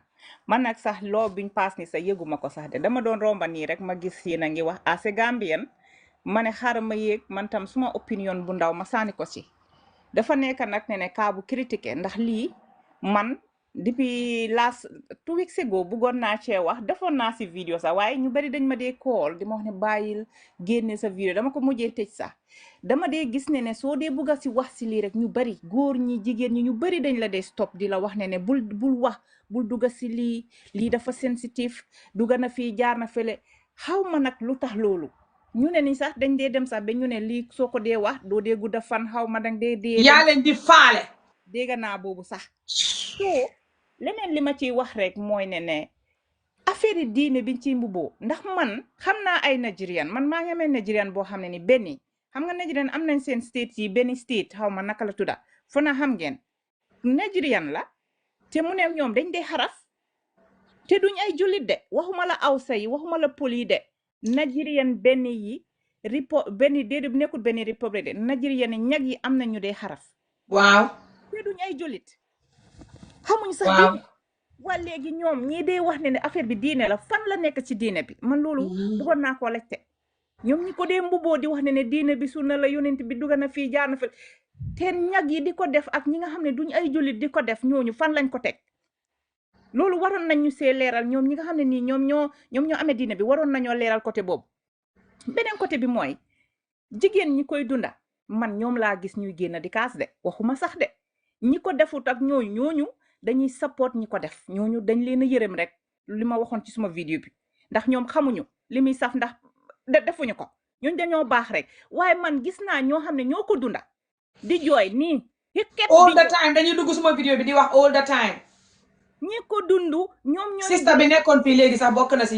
ñi ko dund exactly ñi ko dundu ñooñu ngay gis ñuy jooy xikket nii di wax li ma dundu li ma lii seen góor ñi taxaw di leen ko fayte di leen ko xasee sax ba di leen ci saaga waaw ba di leen ci saaga ma ne nag lii dafa xaw a mel ni rek ne si li ñuy wax every time gis nga liñ dee wax ne góor ñu soxor ñii góori narcissiste man duma leen bàyyi man ñooñu dama leen di wax fu ma nekk dañ am coxortaande gu nekk si ñoom dañ dee bugg a toroxal keneen am métit ñoom métital nit dañ ko dee bégee maanaam dañ dee sentir su ñoo métital doomi aadama loolu moo dee tax ñu dee nekk ay pédophile lot of them ñuy dem di tëddee ay xale yu ndaw pour soxoral leen gis deret bi di naaj loolu ñoom dañ ci dee am bànne xanaa xamuleen loolu jàpp ni gis nga dog yi ñuy dog jigéen ñi ñuy gis ne jigéen ñi ñenn ñi di wasin di am ay métit duñ am sentiment duñ am feeling am na góor ñoo xam dañ leen ko yéene affaire bi du bëgg nañ leen ak cosaan ak aada am na soxor gu ci rax dafa da ngeen war a xam ne dafa am ay góor ñoo xam ne nii wéruñu dañ bëgg ak jigéen muy am naxar jigéen di wasin di am pain muy métit ñu lay gis ngay sofa nga dunda si sa whole life nag doo am feeling loolu nag moo leen di gën a métti loolu moo leen di gën a bég ñu naan ñaw duñ am feeling xanaa xamuleen loolu yenn xam naa ko façon yu góor ñooy dogguma la yàlla bu la yàlla dog booy sëy ak ñoom soo xamee benn doom ñaata bëggoo xamaat sax wala fa ñuy mer ne la nga war a xamaat waaw ba pare nag fa ñuy bëgg ngay wasin saa yu nekk di sonn di wasin su ko defee nga biisi si doom yeeg yooyu ñoom ñuy biisi sa biti di njaaloo di njaaloo in and out te soo pare ñu ne la toppatoowu la sa bopp ba pare xoolal dañuy dem wari nag dañuy dem wari ñi nga xam ne de ba pare dañ la dee buli de man di gis naa góor ñu bari ñoo xam ne man dama bari ay góori xarit ñu may waxal ñu bari dañ la dee wax ne waaw man jigéen bu ko liivut man su ma ko takk man damay bëgg jigéen yu bari daal loo dee dégg loo xam ne doo ko dee mun a wax fii nii online si live bi waaye ñun xam nañ naka la fa dee demee dañ dee bëgg a toroxal seen jigéen ñi ba pare dem uti yeneen jigéen yi leena yi soxor la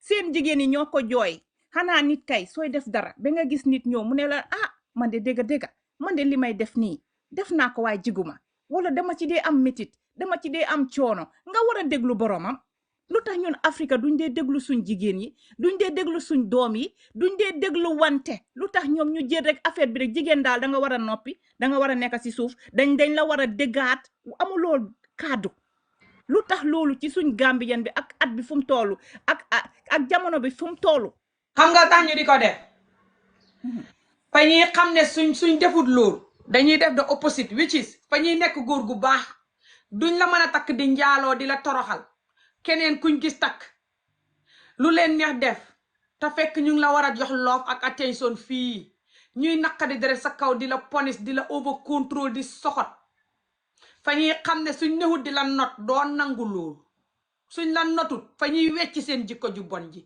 te dee moo leen gënal wecci jikko ju bon ji moo tax ñu di la not tapote leen te séddoo man daal li may wax rek mooy ne suñ brothers yi suñ Gambian brothers yi ñun xam nañ ne ay góor ngeen dangeen a bëgg seeni kàddu dangeen a bëgg a contrôle buggu leen ñun ñu am that awareness ñu xam lan la adduna bi di riir ñun dañu war a manipuler rek di ñu contrôle na xam nañ ko ñun nangu nañ ko de xam nañ loolu ngeen bëgg xam nañ ne tamit ay narcissistes ñoo xam ne nii ni ko Ami di waxee dañoo dund métit bay bëgg métital ku nekk ñun xam nañ ne loolu noonu ngeen mel waaye nag ba tey jox nañ leen respect bi jox leen cër ñi ñun tamit ngeen ñuy déglu spécialiste seen sister yi ko dund ak seen jabar yi ko dund ñëpp mënuñoo nekk victime waaye ñu bari ñoo léegi man under age marriage bi sax laa bëgg ñu focus si tamit de under age marriage bi nga xam ne baan biñ bugg a dindi mooy xale yi teel a sëy ak xale yi buñ leen xarafal ñaar yooyu ñoo ne ci baan biñ bugg a dindi moom la ñuy wate suba pour mu dëñ loolu gis nga loolu amee Awsin wax na ko sànq fii loolu ñun war nañ ko jooy man mii sax victime laa si loolu man dama teel a sëy soo dangaa gis ne loolu noonu tamit am na beneen trauma bu mu laa def yow xale bi ana xamu leen ne ñun xale yi nga xam ne ni dañ teel a sëy am nañ trauma yoo xam ne ni daf ñu toppa foofu la ñu toppee di teddaa góor boo xam ne nii bëgguloo ko xanaa xamu leen loolu dafa métti xanaa xamu leen ne yéenay dafa métti xale yi ñu dee jàppat di leen forcer nobuñ góor bi ñu forcer la by and force nga dem kooku paa boo xam ne nii mun na laa jur di tedda sa ko xanaa xamu leen ne loolu mun naa tubaab yi fii soo fi ñëwee de tubaab yi soo leen ko expliqué le damaa expliqué rek pour ñëpp laay wax bëgguma jël kaa bi ma ne man la déedéet waaye damaa expliqué rek ne suñ doom yi ak suñ sisters yuñ dee maye ñu ngi nekk xale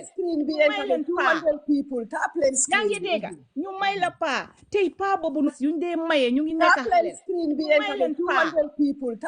yaa ngi dégg ñu may la paa tey paa boobu ma boobu daf ko dee toppa nag be kañ moo tax gis nga tubaab yi suñ déggee sa story tubaab yi ñu ne tubaab yi duñ xaw ma nekk ay kaafiru lañ waaye billahi àjjana yaakaar naa ne balaa julit yi balaa ñeena ñi di duga tubaab yi dinañ njëkkaa duga tubaab yi dañ la dee yërëm buga laa nag jàppale di la thérapie si loolu ñu bëri ñu ngi chronique trauma nii si dara si ay affaire yi dugaleel la ba si ay pare affaire léegi yi jànga xam nga ay leneen lu affaire ma yi jaaxal yow loo xalaat si lool ñoom su fekkee dañuy tëddoo xale yi di leen takk on not ba pare xale yi suñ magee di topp ay paay tubaab yi yeeg meeri tubaab yi xale góor ak jigéen di ko def ñu ne ñooy fañ bon fañ caga ñii kay meeri tubaab yi paay tubaab yi Gambia is a sex tourist land léegi boo dina talking about the real Gambians that ñuy taxaw ci mbedd mi di promote xale bu ndaw wam fukki at ak ñett ne nañ ko takk by force loolu ami loolu feebar la loolu kuy promote loolu say you are sick. You are sick. Anybody kuy promote under age 13 years pour kooku say you are sick in the head. And a lot of these people are sick because 13 years old looy yóbbee kooku mu say. ah jaaxal na ma de mu say. man daal fi may daanelee ma balal leen ma rek ma daaneel ma jox ñoom Assane na ngi fi ak ñoom bii ma raw li may daanelee rek mooy ne gis nga ñun ñëpp ay Gambien lañ ñun ñëpp lii dañ ci war a ànd ñu xool ñu waxtaan balaa ngeen di dugg di saaga ñële di taal di bulli bàyyi leen di bulli jigéen ñun understand nañ loolu man de ku mel ni man ak ku mu ne ami moom xam naa ne yooyu fii lay dugg a jaar fële because ñun dañ leen xam ba pare man Gambien góor munoo maa wax lu ma saf munoo maa xas ndax dama xam ne yéena yi ñoom dañ dee mer dañ am anga bu nekk seen biir buñ dee bugg a génnee pour bulli la pour nga bàyyi li nga def loolu c'est manipulation tactique narcissistes yi loolu lañ dee def loolu lañ dee wax devaluing moo tax ñu la dee wax ne dañ dee xool yow li la musa dal ñu la koy xasee narcissistes yi dañ ko dee def góori narcissistes yi dañ ko dee def man loolu duma dee dugal dama ko tuul understand naa ko ba pare seen ndey yi lañuy xas seen ndey yeeg seen maam yi yëpp luñ takkoon bañ ko gune di leen boobu du wax si man nit mënuloo maa wax leena li is bullying ak yow c'est manipulation tactique ñoom ñu ngi ko ooyee defense mechanism ñoom ñu ngi defense seen boppa moo dee tax ñu dee génn di bulli jigéen ñi yow da nga ko defoon yow sa maam yi li wala ñu commencé di la xas pour nga bàyyi wax man lu ma bugg a wax man duma dee wax lu nekk de waaye dugga naa fi fekk naa fi suma ay Gambien dinaa dugga ma sànni suma kaddu ndax dama dee wax si TikTok bi beneen bi mooy ne brothers yi we all love you bugga ngeen ñu bugga nañ leen waxtaan ngeen déglu seen sisters yi waaye di comment di ñu saaga loolu meegul benn sens amul benn njëriñ wasalaam jërëjëf really apprécié naa ko torop waaw nuyu naa leen salaamaaleykum nuyu naa la xaaral mayal Assane moo la njëkkee bii maroon Job yaa njëkk a ñëw waaw nuyu naa la de waaw nuyu naa la ke kiling kontong fula nuyu naa la bu baax waaw nge kontong koto suma sista bi Awa nuyu naa la fay naa la Assane fay naa la waaw di nuyu itamit Joba Juba mu xeeg lii pour du pour Gambie rek pour Sénégal ak pour Afrique yëpp la waa hello Assane welcome waaw gis nañ sa xeex bi am na solo gis nañ suñ xeex bi boobu ndax loo xam ne la pour réew mi yëpp la lii man de masuma see ànd te duma ci ànd ba may nekk Gambia ba bés ni ki tey maa gën a bon nag xam nga ne man ak yow moom duñ juboo waaw waaye suñ ñàkk a juboo yépp kaf ak ree la rek Job Linguère gis naa la ci suuf nuyu naa la suma rab bi lim gën a bañ ci àdduna mooy nga jàpp jigéen di ko xaraf suma rab bi lim gën a bañ ci àdduna nga maye xale bu jigéen boo xam ne xamul dara xale bu jigéen war na bala nga koy forcer ci jëkkër di ko may góor bàyyil bem macot bàyyil bem xam dara man dama ne boroom xam-xam war naa am leneen lu mu wax mbaa lu muy xutba ci jumaa lu mooy topp naan dagg leen jigéen ñi dem leen ngeen dagg taati xale yi suñu réew mi diwlin a nga seer maaloo nga seer dundugaa nga seer simaa nga seer suufa nga seer suñ géej gi amuñ ci ndigal kon loolu ñun war nañoo am leneen luñ wax lu uute ak dem leen dagg taati jigéen ñi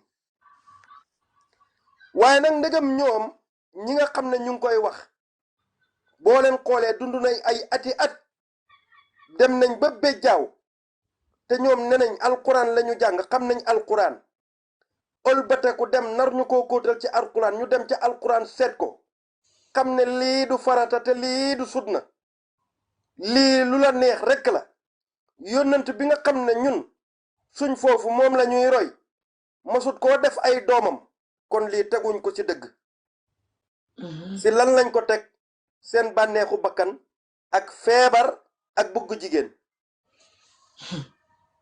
waaw seen bànneexu bakkan lañ ko teg ak feebar ak buggu jigéen gis nga dem ba nekk mag sa xel nekk ci xale bu ndaw na nga bàyyi xel ne yow ci sa jëmmi bopp doxoo sa ndaw ñàkk a dox sa ndaw nag dina waral nga dem ba nekk mag sa xel di nekk ci xale bu ndaw leneen li nga xam ne moom laa la ci yokkal na ay kilifa waruñoo di nangu di def luñ leen di tontoo yenn tontu yi man day kilifa yi bugguma kenn aj leen di leen saaga waaye aj leen wax leen dëgg it baax na ndaxte dëgg du yàq dara ndax réew mi ñun ëllëg ñun ñoo nekk ndawi réew mi ñun ndawi réew moomu kilifa yi war nañoo gis ci ñun ne ah ñii kat ñu ngi taxawu seen réew ngir lan lépp loo xam ne jóg na pour war a jëm ci si réew mi ñu taxaw défense ko loo xam ne nekkul dëgg ñu taxaw défense ko kon yéen mbokk yi man li ma leen di wax képp ku nekk Gambia say mbokk su fekkee lii dañ koy sànni ji karta nañ génnee takkam gune yi takk xale bu ndaw ku amul 18 years nga dal di ko takk lii nañ ko génnee ci suñ loi bi beneen bi mooy lan te yéen soo leen takkee jabar sax ba pare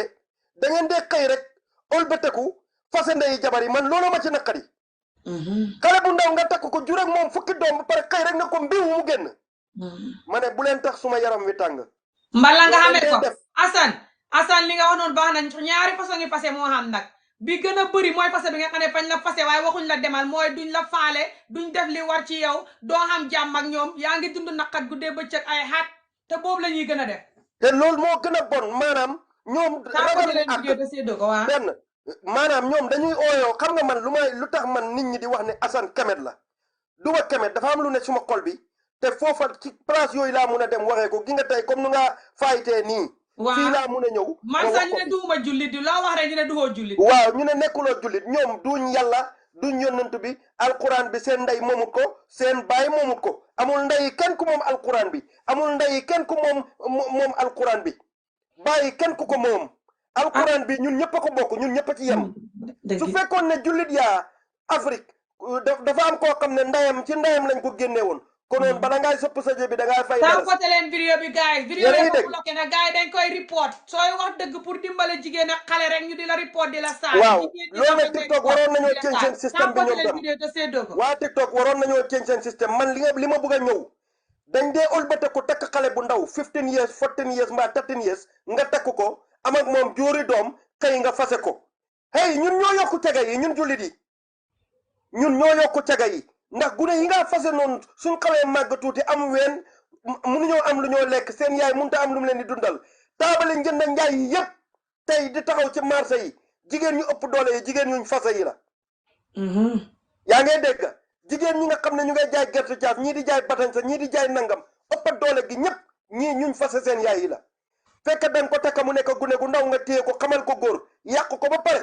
ol ba teku nag bàyyi xëy génnee ko ak ay doomam kooku su demee te yow soo ko génnee da nga naan ñëw dina xalaku de ñëw dina torox de bàyyi ko rek dafa bañ na du toog ci kër gi sëy dafa bañ na du sëy sëyam bi mbokkam yi di ko xeex yow nga di ko xeex te yow yaa ko njëkk a xamal àdduna li ngeen di teg jigéen yi gën bàyyi leen ko ñun nag nëbbatuwuñ dawuñ te ragaluñ li ñoo wax ndax li ngeen di jëfee loolu la ñoo wax ku ko ci def nag ngeen ne du jullit kii doomi haram la nit yi jahannama la bu xeboo man ma nekk jànka ding bu xeboo ma nekk jahannama dingoo waaye lu ma leen ay wax di ngeen ko dégg ci seen nopp yi ndax dëgg lañ soxla bàyyi leen xale yi yéen am ngeen leneen lu ngeen di xool ci jigéen lu may ñëw rek ne nañ ko dag yow lii lan la nii exactly ak teel a maye bi nag loolu laa lay wax dañoo ñëw ñu jël la xale bu ndaw ñu jël la may la jëkkër sarse la mu ne jëkkër xale bi soo ko may jëkkal fay biir fay yàqu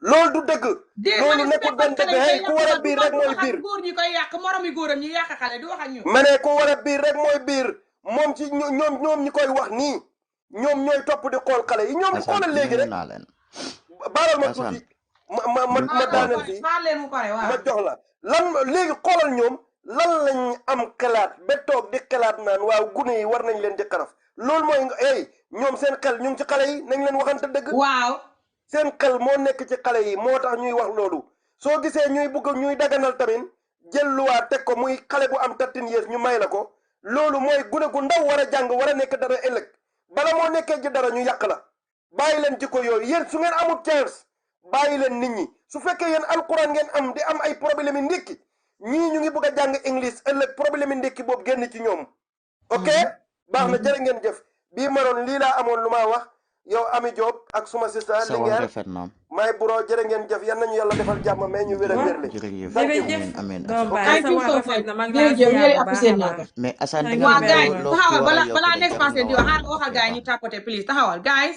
ok tapoté leen vidéo bi te séddoo ko su ngeen xamul lu ngeen donate wala bëggu leen a donate sax TikTok su fekkee neexu leen di donate vidéo bi moom du si xam xaalis lu ngeen donate lu ne buy fukk la juróom benn yi wala ci yëpp wala juróom-ñaari TikTok moo koy jël su boobaa fay tax mu dimbale vidéo bi ndax nit ñi gën a donate ndax mu gën a xam xaalis TikTok bi business la ak moom ak borom plateforme bi léegi doneetu leen TikTok du si am xaalis du yóbbu vidéo bi léegi yéen a ngi report vidéo bi TikTok dafa xam ne man activiste la te human right fighter la pour human right continue moo tax faalewul seen report yi moo tax vidéo baa ngi on ba tey léegi ba pare nag yéen neexu leen di tapoter neexu leen di séddoo neexu leen di joxe ay xol neexu leen di support enough yéen a koy def paa bii mu ne képp moom ak groupam gi seen vidéo bu xees bi gi ngeen ko YouTube mu ne képp koo xam ne mu ngi xeex pour lii dakk fa lay ñaan yàlla nga xam nattu xam problème ba tey nit ñaa ngi jéngu di wax rek ndax xam métit wi lii di def ak lii li muy toroxalee Afrique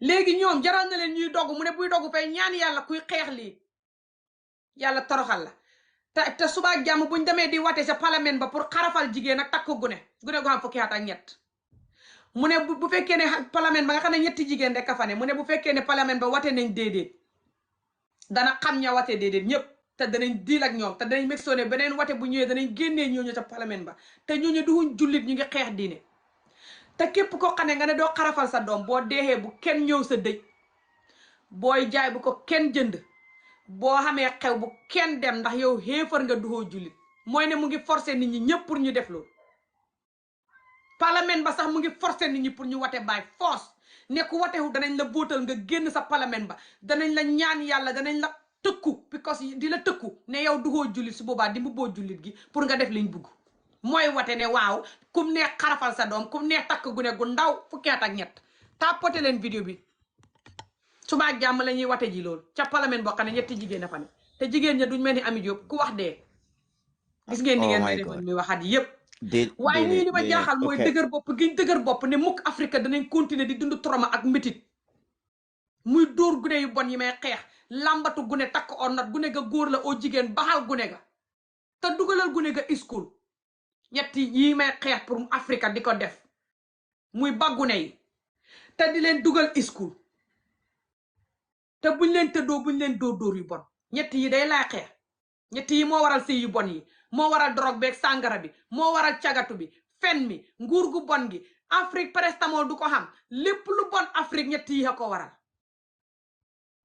waaye jaral nañu nag ñu daw ni di xet di daw mbon gi ñëw ci dëkk tubaab yi nga xam ne bugguñ ñu fi suñ doom yi buñ demee jàngi gu ne tubaab yi naan leen duma fox ak yow ndax sa yaram yi fa mel ni day faatu toog fii di leen ko wax bërki démb ci vidéo bi ci live vidéo bi suma doom ji faatu danaa ko post YouTube ngeen gis ko ci Amieolof Ami Diop English bi laa defoon ak moom live vidéo English page bi suma xarit kool ma fii wax ma ko bu yàggu ne ma suma doom ji fañ ko waxee day su fekkoon maa ngi xeesal ba tey danaa rus sant yàlla ma baxee xeesal te doom ji sax moo gën a xees faatu de tubaab yi Angleterre Scotland gii ak beneen yeneen dëkk yi nga ne yépp tubaab yi di bañ sa doom yi seen doom yi di bañ sa doom yi te sa dëkk doo fa mën a toog lu tax mooy fa ñuy jël jigéen ak gune di ko not di ko tocco di ko toroxal gune ga góor wala jigéen aka di ko làmbatu gune ga mag xamee naqat ak soxot di sàgganee boppam di sàgganee askanam bu duxee président ak bu duxee ministre ak ku manti do moo tax Afrique mel ni soxota cagata bon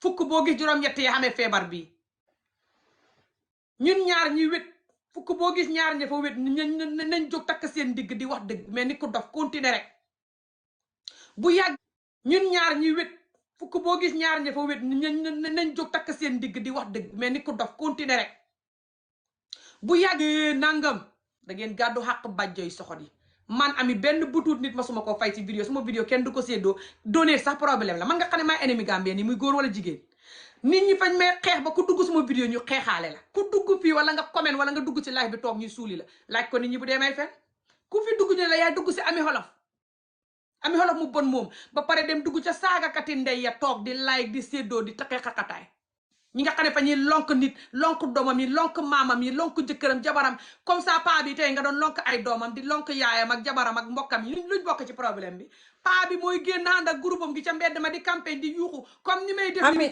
léegi ndogu jot de léegi ndogu jot mais ñu laa wax ilaha illallah pour nit ñi xarafal guneeg jigéen ak maye guneeg jigéen gu ndaw waa xanaa ndogu fan la moo jot léegi booy noonu wax doo wax liggéey ak boobu paa bi américain la la fa ñuy dem Pot la nga ndogu. nag teeg yow wala nga def lu leen neexul fa ñuy lonk sa mbokk yi lonk sa doom yi lonk sa jabar yi di leen wax bu ak a génnee audio di weer borom ba borom war a xaru xam nga man maa ngi wax ci paa bi li xew li mu def nii rek xam nga maa ngi xem ci loolu su ma yoon néew ci gannaaw nit ñi sax ñoo wax naan yaay jame tay mam nangam su ma yoon néew ci loolu li xew léegi rek mooy paa bi mu ngi campagne xat yi yëpp ne mukk dana ngi xarafal gune ak takk xale ba tax suba ñu war koo voté wate ca parlement bële Gambie ci loolu laay focus ngañ fa ñuy dem nag buñ ne man maa bon fa ñuy dem ca ña xam ne fa ñuy kaa nit ñi kaa seen juróom-ñaari maam ba nit ñay xaru ñu toog ca vidéo di like di seddoo di bës vidéo ba di xam fukki junniy view juróomi junniy view ñaar fukki junniy view mooy ñaar fukki junni nit ñu ngi lay seetaan si live bi fañ koy def jox bi ko yaa ngi saaga ndey muy toroxal jigéen bi askan bi loof jigéen ñi seen bopp ñoo loof toroxal jigéen nag def ko seen digg xol bi jigéeni askan bi fay xam ñu koy wasane góor gu may dóor di ma toroxal laa bëggu vidéo booy def di toroxal jigéen ñaa ngi fa fees del feek vidéo ba dakkut duñ wàcc defal vidéo nag di wax ba sa baat bi dee pour jigéen xam jàmm nga seet jigéen ñi ni ñuy dawee fa ñuy alaji si vidéo bi fay métti seen yuur gi nii la ñuy def romb ko dem ca saaga ndey ya toog ferenkulaay billaay wallaay tala ak weeru koor ami doguma la yàlla bu la yàlla dog looy xeex ni yëpp dëgg la ami ndeysaan waaye xam nga lu nekk ami ak wax toom la understand nga wax tamit nag day rafet de xam nga danga day wax waaye bu ñu dama day gis dangay bàyyi xel sa comment section tam soo gisee ñu lay may idea danga si day ànd loolu bugga naa ko trop si yow ami boo gisee man ma téye la te duma la bàyyi te duma déggal lu nit ñi wax si yow te saa yu ma neex lay join sa live duma seet si looy waxtaan ok the problem is ami yow xam nga ne yow si society boo jógee mooy Gambia mooy Sénégambie in general waxkati dëgg la nit ñi bañ kooku leen dañ njëkk a def ennemi su gisee yow yi da nga day feel ne loo day wax nit ñi like duñ la ko day téel serious te dañ ko war a téye as serious because mu ngi affect suñ society bi te moom loolu mooy dëgga ok man lu may wax mooy ne Gambia ñun suñ trauma bi yaaga na trop te two things ok society jigéen la ñëw wax one thing lu dee gën a traumatise ñun suñ jigéen yi mooy abusive bii nii lañ dee abuse guy mooy female circumstance bu gaay day def ni from the beginning because ami bii gaay duñ dee xaar bi jànxa bi mag de mu ànd ak xelam ñu bëri sax man dama juddoo ak ay jigéen tey suma culture ku ma xam si tribe bu ma jógee ñoom xam nañ ñoom they are used of fun of doing it yaa ngi understand I'm not here to say that because I'm a Mandinka or Wolof do it. Even Wolof, some people they do it. Despite to ami yow si looy wax ni even so demee si Christianity sax dafa am ñoo xam ne si dëkk yeneen ñu ngi ko def waaye ñaaka eew bi gis nga africain bi dañu stock ak culture bi àndut ak religion bi dañoo duul religion lii day ñuy wax ne ko lii si religion bi la nekka nekkul dëgga this is not true te society illiterate bi nga xam ne half education bi ñoo bëri ñëpp a ngi koo jaarale si religion bi mu ne nii da ngeen a fen ba si kanami yàlla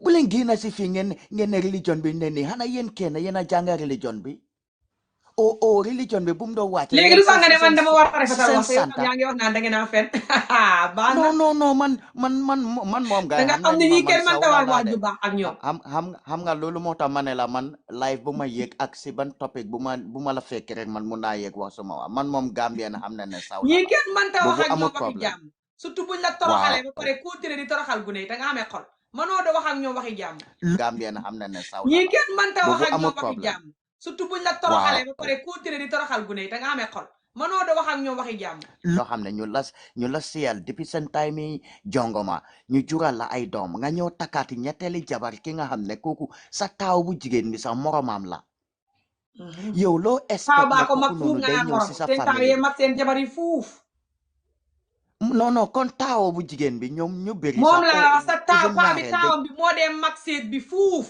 loolu moo fi bëri waaw foofu laa bëgg a waxee sax foofu laa du bëgg a moromi waxee taaw bi de su taaw ngeen bee mag expect seet bi fuuf yow loo expect kooku noonu dina ñëw sa doom yi respecté ko paa yu bëri sa ami ma wax la dañ dee tax seen doom yi dañ dee duga si xalaku boo am ne si seen step mère lañ ko dee am because yaa ngi isi xale bu ndaw ki nga xam di ne leen sa moromi piitu doom la o sa doom bi sa moo ko mag nga bugga sa doom bi respect kooku comme nu ko respecté yaayam foo ko wér yow paa bi te ba pare nga bugg a teg kooku noonu si kaw yaayam si kaw ku nekk ba ki nga xam ne moo nekk si biir kër boobu noonu suñ waxee nga ne na maa ñoo la yenn paa yi sax seen doom yi fa ñuy tëddoog seen séet yi. jërëjëf gis naa loolu si ob bi town bi sax fu du ne paa rek. bi moo juru waaye setaan bi xalaatal de amee ba mi explain story bu gàtta bi setaan bi moo dee tëdda setaan bu góor de moo dee tëdda ak ñettali jabaram nii nii paa bi mu ngi si kër bi te ñu bëri si kër bi xam nañ loolu noonu seti paa bi de jabar ja du xalaatal moroom. sa set waaw jabar ji xale bu ndaw la ba pare moromi paayaam bi moo ko dem si kooku la ko dem ñaani jabar de man ma jur suma doom man ñu ma bokkal génération bu leen ko xalaat ma jur suma doom nga ñëw yow nga nekk paa nga ne man ma may la suma doom su boobaa yow keroog dinaa la rey ma rey suma bopp man maa yow ñu ànda yomal xiyaama xale enjoy si dëkk bi fa naa moo gën de no it's true jërëjëf waay waa mayal waaw bro bi jërëjëf ki waxagul tuuti Serigne la tudd xaw ma kan la musuma koo gis suma plateforme bi sax allo Serigne waa sista mayal Serigne bi tuuti xam naa yaa ko njëkk waaye xaw ma kan la xam ma ndax mu ñuy dégg. ana wax Serigne Bara welcome.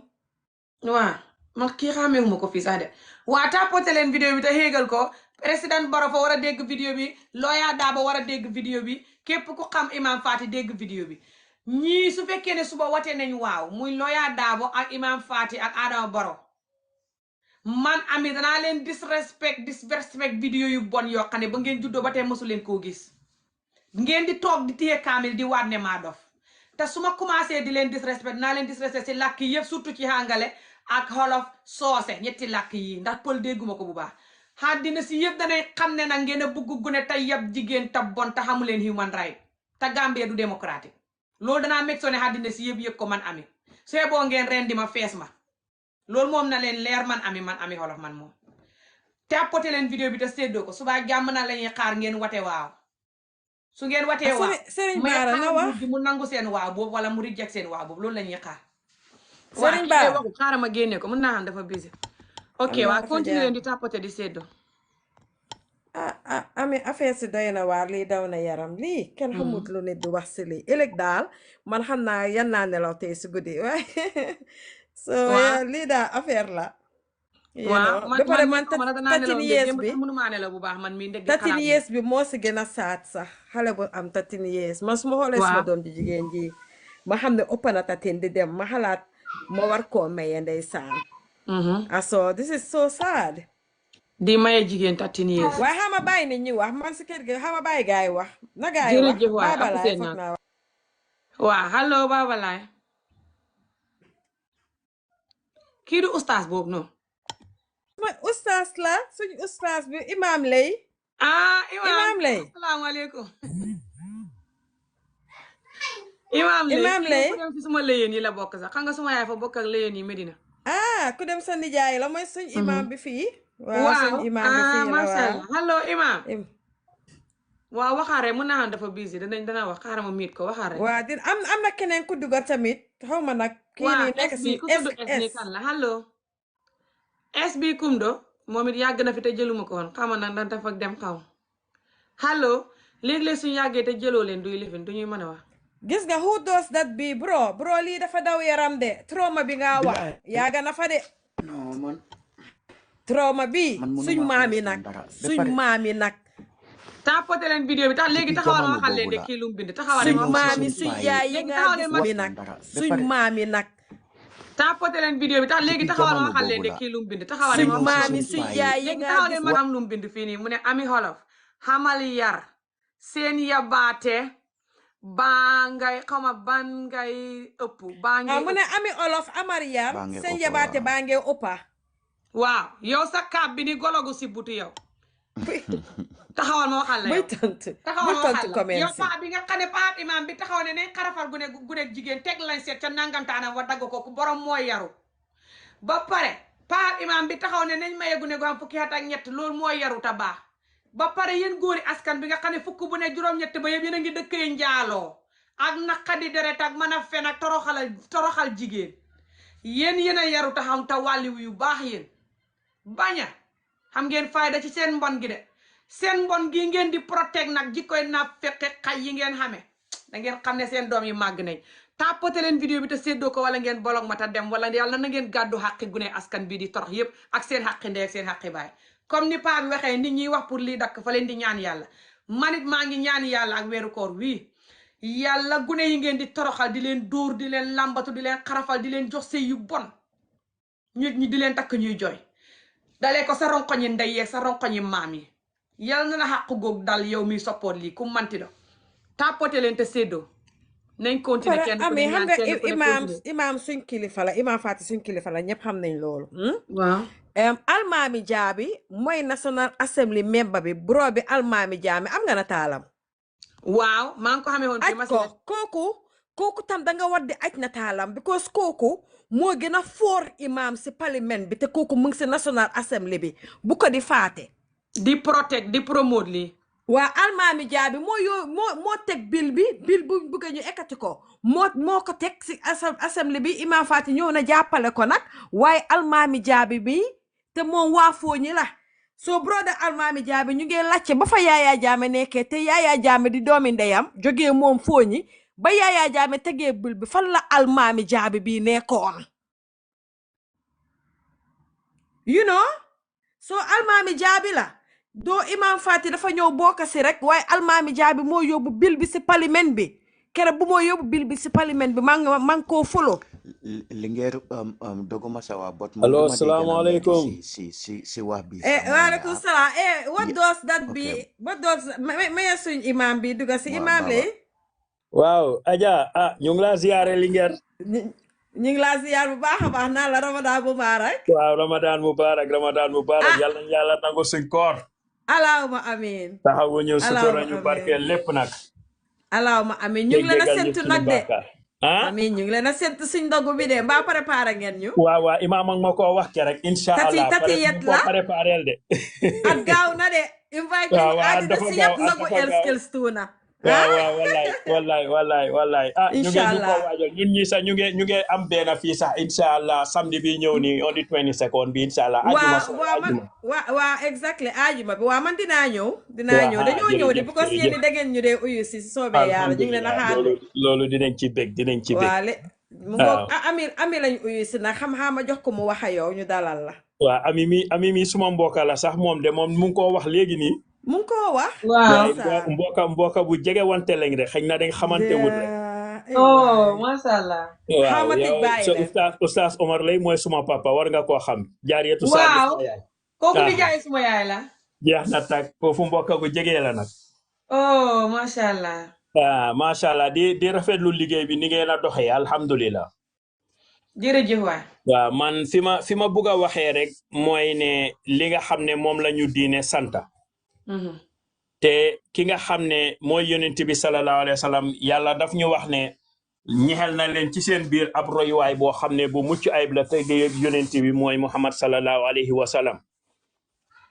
meaning ne lépp lu ñoo def rek dañ ko am pour jàngee ci yonent bi waaw lépp lu nit di roy te fekk yonent bi defut ko woon rek su boobaa rek danga ko teg ci sa bakkan ngir alquran moo ñu ko wax laqad kaana lakum fi rasulillahi uswatun hasana kon mu mel ni yonent bi lépp loo xam ne defu ko woon rek ku def loola rek teguloo ko fenn dafa mel ni dafa am loo xam ne moom nga sos surtout sax suñ ñëwee ci wàllum xeetu jaamu yàlla waaw kon yonent boobu nag dafa doy exemple te yàlla wax sos surtout sax suñ ñëwee ci wàllum xeetu jaamu yàlla waaw kon yonent boobu nag dafa doy exemple te yàlla wax qul in kuntum tuhibbuna allaha fattabi'uni yuhbibkumullah wa yaghfir lakum zunubakum waaw su boobaa yàlla dana leen bëgg ba pare tam dana leen jéggal seeni bàkkaar kon mu mel ne ñun jullit yi fiñ tënku mooy li nga xam ne yàlla moo ñu ko jàngal te lépp mu nekk ci alquran te alquran bàyyiwul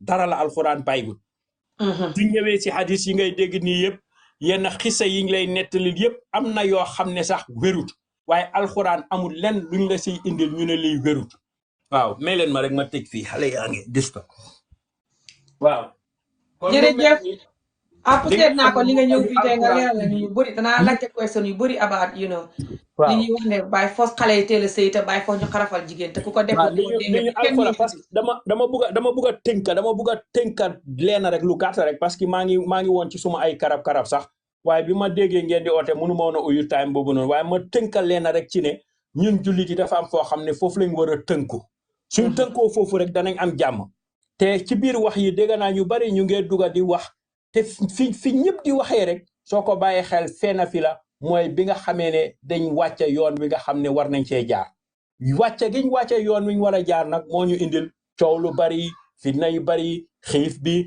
tappale bi xaajaloo bi loolu yëpp wàcce fi nga xamee ne fa lañ war a jaar la rek waaye bu fekkee ne jaar nañ fi ñu war a jaar danañ am jàmm suma waxtaan yi boo koy déglu sax di nga dégg ma di la wax ne soo gisee tubaab yi raw ñu tey dañ xool fi nga xamee ne fa la yonent bi doon jàngalee ni nit war a fonkee ni nit war a jàppee ni nit war a mun a àndee nit ak ni yàlla teraangalee nit ñu jël loolu delloo ko nit ki ba mat sëkk su boobaa rek développement dafay am waaye soo delloo ci suñ boor yi lañ njëkk a def mooy dañ njëkk a xeeb doomi aadama joxuñ doomi aadama cëram di doyadil doomi aadama foofu nag fu mu nekk itam su boobaa foofu développement du fa am kon mu mel ni ñii boo gisee ñu nekk si jàmm bi nga xam ne buñ tiitee fii la ñoo ut si jàmm ji su boobaa da ngay gis ne loolu moo tax ñoom ñu am jàmm jiñ am waaw te lan indilul leen ko lu dul rek ànda gi nga xamee ne ànda nañ ko mankoo déggoo ko di dox nag ci yooni yonent bi sallallahu alayhi wa sallam soo ko waxee nag amal na ñu bari duñ ko dégg parce que dañ naan la tubaab yi gëmuñ yonent bi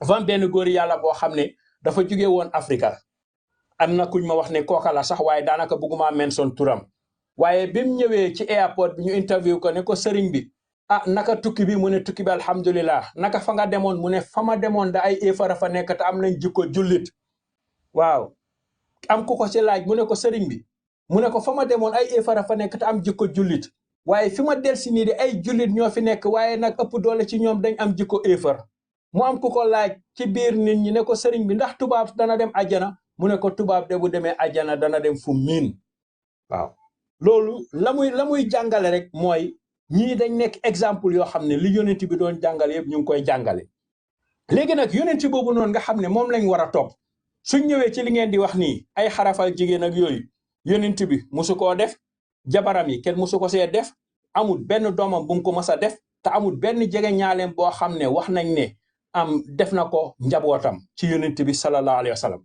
kon nag mu mel ni ñun ñu ngi tënku ci aada boo xam ne ñu ngi ciy xëccoo di ci waxante di ci werante waaye comme la nga xamee ne moom la ñu bari waxoon ca njëlbeen ku man defal ku man bàyyi ku manut bàyyil nañ ko téye foofu noonu rek waaye suñ fekkee ne yonent bi la ñuy topp te diine la ñuy indi te yonent bi mooy exemple te ñi ciy wax yëpp ci yonent bi la ñu tëkk ba loo wax ñu ne la yonent bi defu ko woon ku ko def dafa xaraam yonent bi defu ko woon ku ko def bidaa la kon nañ tënk foofu te xam ne yonent bi defu ko woon te képp ku ko def tamit wàcc nga yoon te yonent bi sallallahu alayhi wasallam jàngale wut loolu suñ ñëwee si under age marriage di nga gis ne ñu ne yonent bi def na ko yonent bi kan la takk Aysa bi Aysa di am 9 years kookoo gën a tuuti 13 years sax waaye am na ndax am na ak Aysa doom amut ak Aysa doom lan moo ñu leer ndax yonent bi daan nag tëdd ak Aysa moo ko takkoon si farataam yàlla ak sunna Muhammad bi ñuy wax te Aysa doomi xaritam la woon Aboubacar Sadiq bi nga xam ne Aboubacar magee na ko 2 at te takk na doomi kooka noona ci at bu ndaw boobu noonu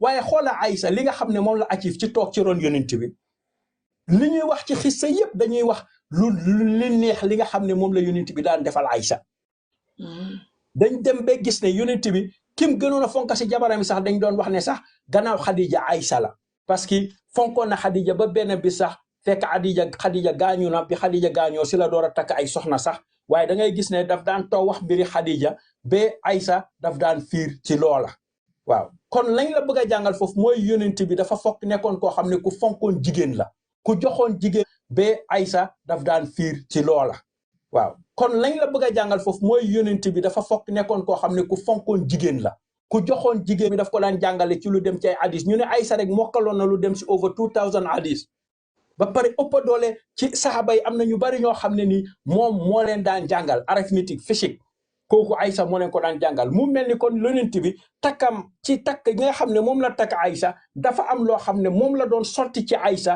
te foofu rek la mun a jaar pour dem ci saxaaba yi waaye takk ko woon ngir foyee ko amul kenn ko warul kenn nga takk koo xam ne xale bu ndaw la su boobaa nga di ko foyee yonent bi lam jàngale donte dafa takkoon koo xam ne sax under age la kooku noonu daf ko yaroon ci anam boo xam ne kooku dafa ëlbatiku di yaraat jullit yi teg leen ci yoon waaw kon ba tax na ñaari mbir yi war nañ koo bàyyi xel bu baax a baax lana waral lii lu tax ñuy def lii nan la ko yonent bi daan defee yow su fekkee munoo indi ni ko yonent bi daan defee te munoo roy ni nga xam ne noonu la ko yonent bi sallallahu alayhi wa sallam daan defee kon su boobaa li war rek mooy nga noppi waaye nag bul ñëw di ko impose nit ñi di ko forcer nit ñi ne lii lu war a am la lii nii la war a nekkee parce que léegi-léeg ñu mer xas nit ñi ci yéen a ngi ci loo xam ne yonent bi daanu ko def te ngeen di ko def dafa xaraam kon nag li yonent bi daanu def ngeen di ko def dafa xaraam te ñu ne loolu bidaa la kon ba tax na kon lu mel nii itam su fekkee ne ñëw na war nañ see bàyyi suñu xel bu baax a baax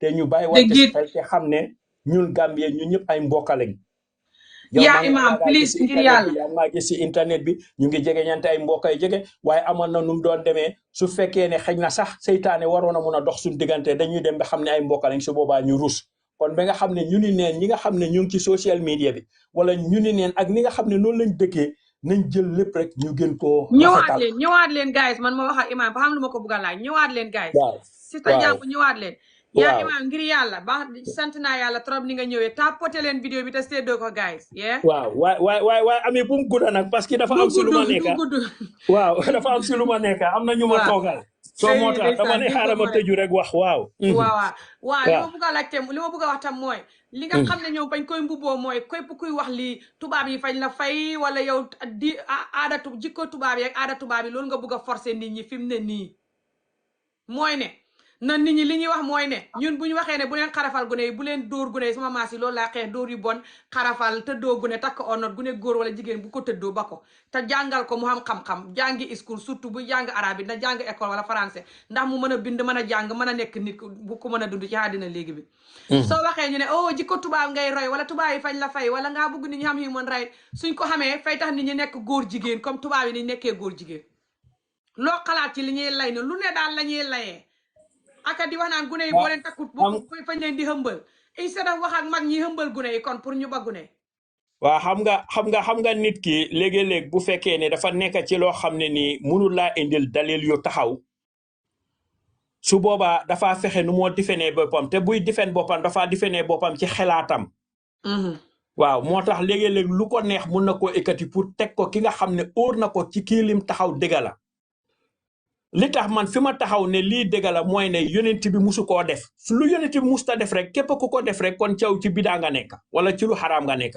exactly waaw kon ba tax na nag keneen ku ñëw di difen boppam ci xelaatam la ko difenee wala ci aadaam la ko difenee waaye aada ak xelaat ak bépp a jëf pour rafet fekk yonent bi defu ko woon rek keneen ku ko defi tamit teguloo ko fen waaw dëgg ba pare yaa oustaz xam na yonent bi yu bëri yu mu waxoon sunna yi boo ñu mënee baamtuwaatal sunna yi rek sunna yu bëri yoo xam ne nit ñi dégg ko te Gambie sunna yooyu buñ ko doon def fa ñuy xam jàmm buggante développe te nit ñi duñuy wax ci yooyu faale huñ yooyu waaye sunna xarafal bi ñu wax ne sunna la moom rek lañ bugg teg ko seen xol bi baamtu xaatal ñu sunna yàlla yëpp ak lu tax ñu cuus sunna boobu te am nga doo mun a waaye xam nga lii sunna dëgg-dëgg sunna mooy dundi yonent bi saa salaam lim daan dunda loolu mooy sunna te kenn manta matal loolu moo tax yonent bi daf daan acte bu actee rek saxaaba yi ne gis nañ lii rek ñu rafetlu ko ñu def ko moo tax ñu naan la lum def roy leen ko lu saxaabaam yi def ñu roy ko waaye keneen koo xam ne nii def na loo xamee ne nii nuroo wut ak loola buñ ko roy kon nag buñ ñëwee ci mbir mi yonent bi musu koo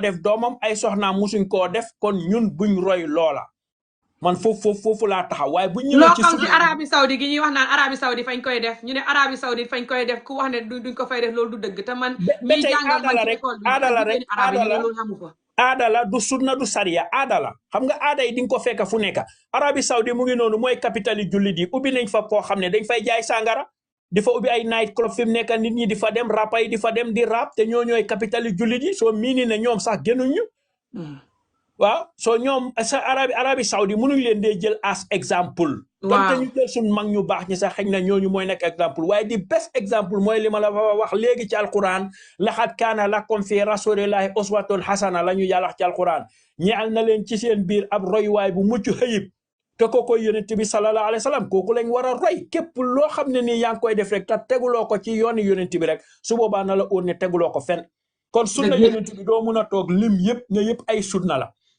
waaye li nga xam ne mooy li wér mooy kàddu goo xam ne dafa bàyyi ko ci yàlla te mooy alxuraan te yonent bi jàngal ñu ko sunna nag mooy ni yonent bi daan dundee képp koo xam ne nii sopp nga yàlla wala bëgg nga yàlla wala bëgg nga yàlla bëgg la da ngay topp yonent bi boo toppee yonent bi su boobaa yàlla bëgg la te loolu alxuraan la wax naa la ko fi aaya bi waaw qul in kuntum tuhibbuna allaha fattabi'uni wax leen ne su fekkee ne bëgg ngeen yàlla bëgg leen nañ ma topp man yonent bi waaw kon sunna yi ñuy wax ne lekkee loxo sunna la bugg ay rab sunna la takk jigéen bu jëkkëram gaañu wala sëyam tas sunna la te yow sa bopp nga neex deret bugg sa dëkkandoor yeeg yooyu yëpp sunna la te du loolu yëpp dëgg la te du loolu yëpp sunna la bu wér de xam nga li ma la bugg a sax ma ne la boo bàyyee xel lenn laa la bugg a loo xam ne aman na ñenn ñoo xam ne danañ ko dégg te mu doon dëgg te aman nam ñu ñàkk see bañ a d'accord mooy seetal sunna ci biir tubaab yi nga dëkkal yonent bi moo saa salam li nga xam ne moom la daan dund ëpp doole gi tey yëpp moom la tubaab yi di dund tey waaw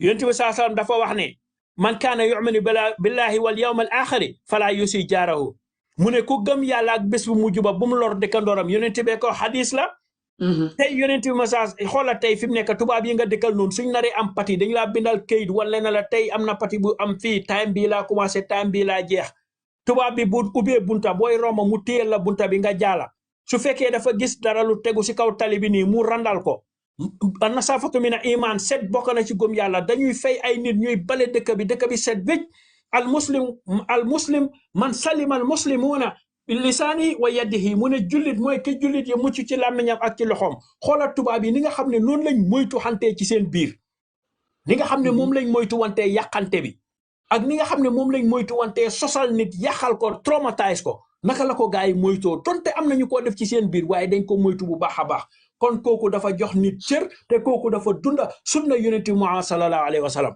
ñun nag ñu ngee dunda loo xam ne nii dëgg-dëgg boo demee ci sun réew mi mu óor la ne lii sun bànneex la ñoo dundee waaw teguñ ko ci sunna teguñ ko fen ñu ndaw ñooy dunda loolu kon nag sunna rek boo ko buggee xool dëgg-dëgg bàyyi ko si sa environnement bi nga dëkk ci biir Europe bi fii rek moo tax buñ tiitee ñun ñëpp Europe la ñoo daw si ñëw Saudi Arabia ngi nële tey fi mu nekk nii very rare nga gis koo xam ne jug nga dem xosuli fa nga am fa këyit nga toog fa liggéey fa li nga dëkk Europe bi nga juddoo ba tey musuloo gis kenn ku ne la dem naa dëkki arab yi taka jabari arab indil ma xanaa ay Égypte ay Morocco te foofu Afrique la waaye nga dem Saudi Arabia Kuwait Dubai dëkki arab yu welti yooyu noonu nga dem fa ñu may la seen doom duñ ko nangu Sweden giñ dëkk fii liñ la njëkk a wax mooy boo ñëwee kaay mbokkaa ñun ay mbokkale ñun ñëpp soo takkee suma doom yow yaa king bi yéen a am right ñu jox la kayit nga dëkk si dëkk bi loolu mooy julit yéen juma saa salaam bi mu bàyyee Makka dafa dem Medina bi mu eggee Medina dañ ko ubbil foofu noonu bunta ku amoon benn jabar ñaari jabar nga siya ak keneen ku amul jabar kooku am jabaram ku amoon ñaari tool nga siya ku amul tool kooku am toolam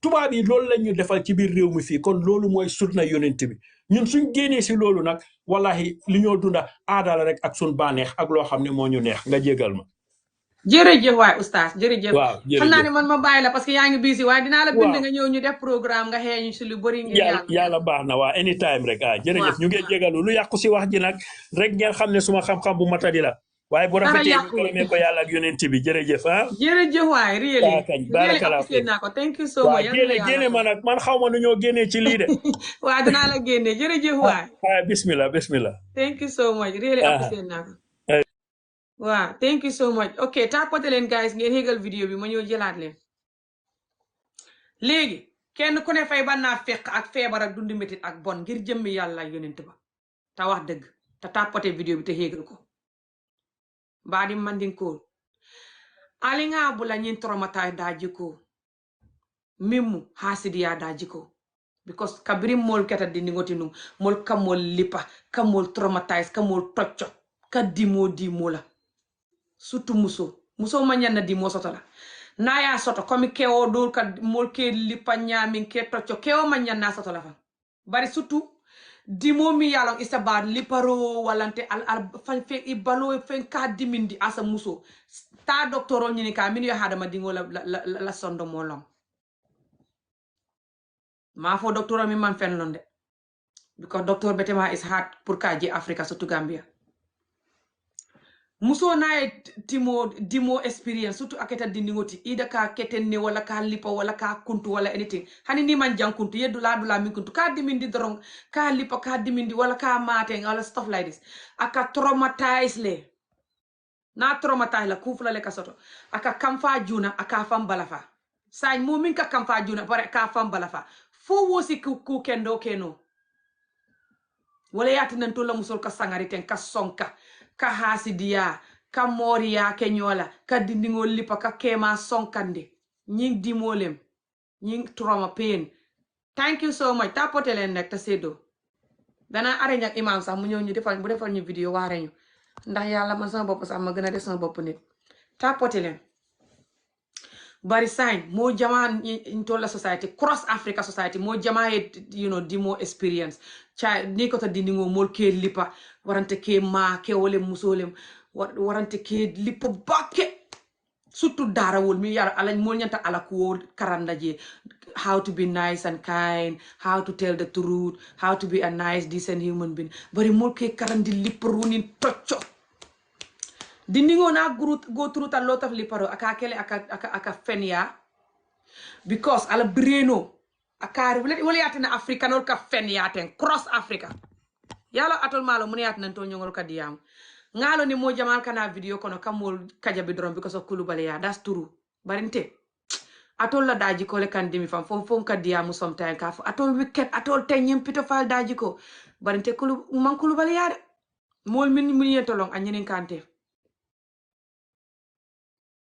nin kulubali yatano everyday me bande ndiro la because alkante jiso dimindi because alien futu dindi mereng alien lañoya alien abuse alka continue ka dindingol abuse al konte nga de hani alien fa wala bete yata nga de daw wallahi way be de la alkany dindingol kete futu onot ka dindingol madron cross Africa futu onot ajube Senegal wo ustaz dindingol min yalan ko dindingol min be school karano la min funtita ila ustaz o ken laño.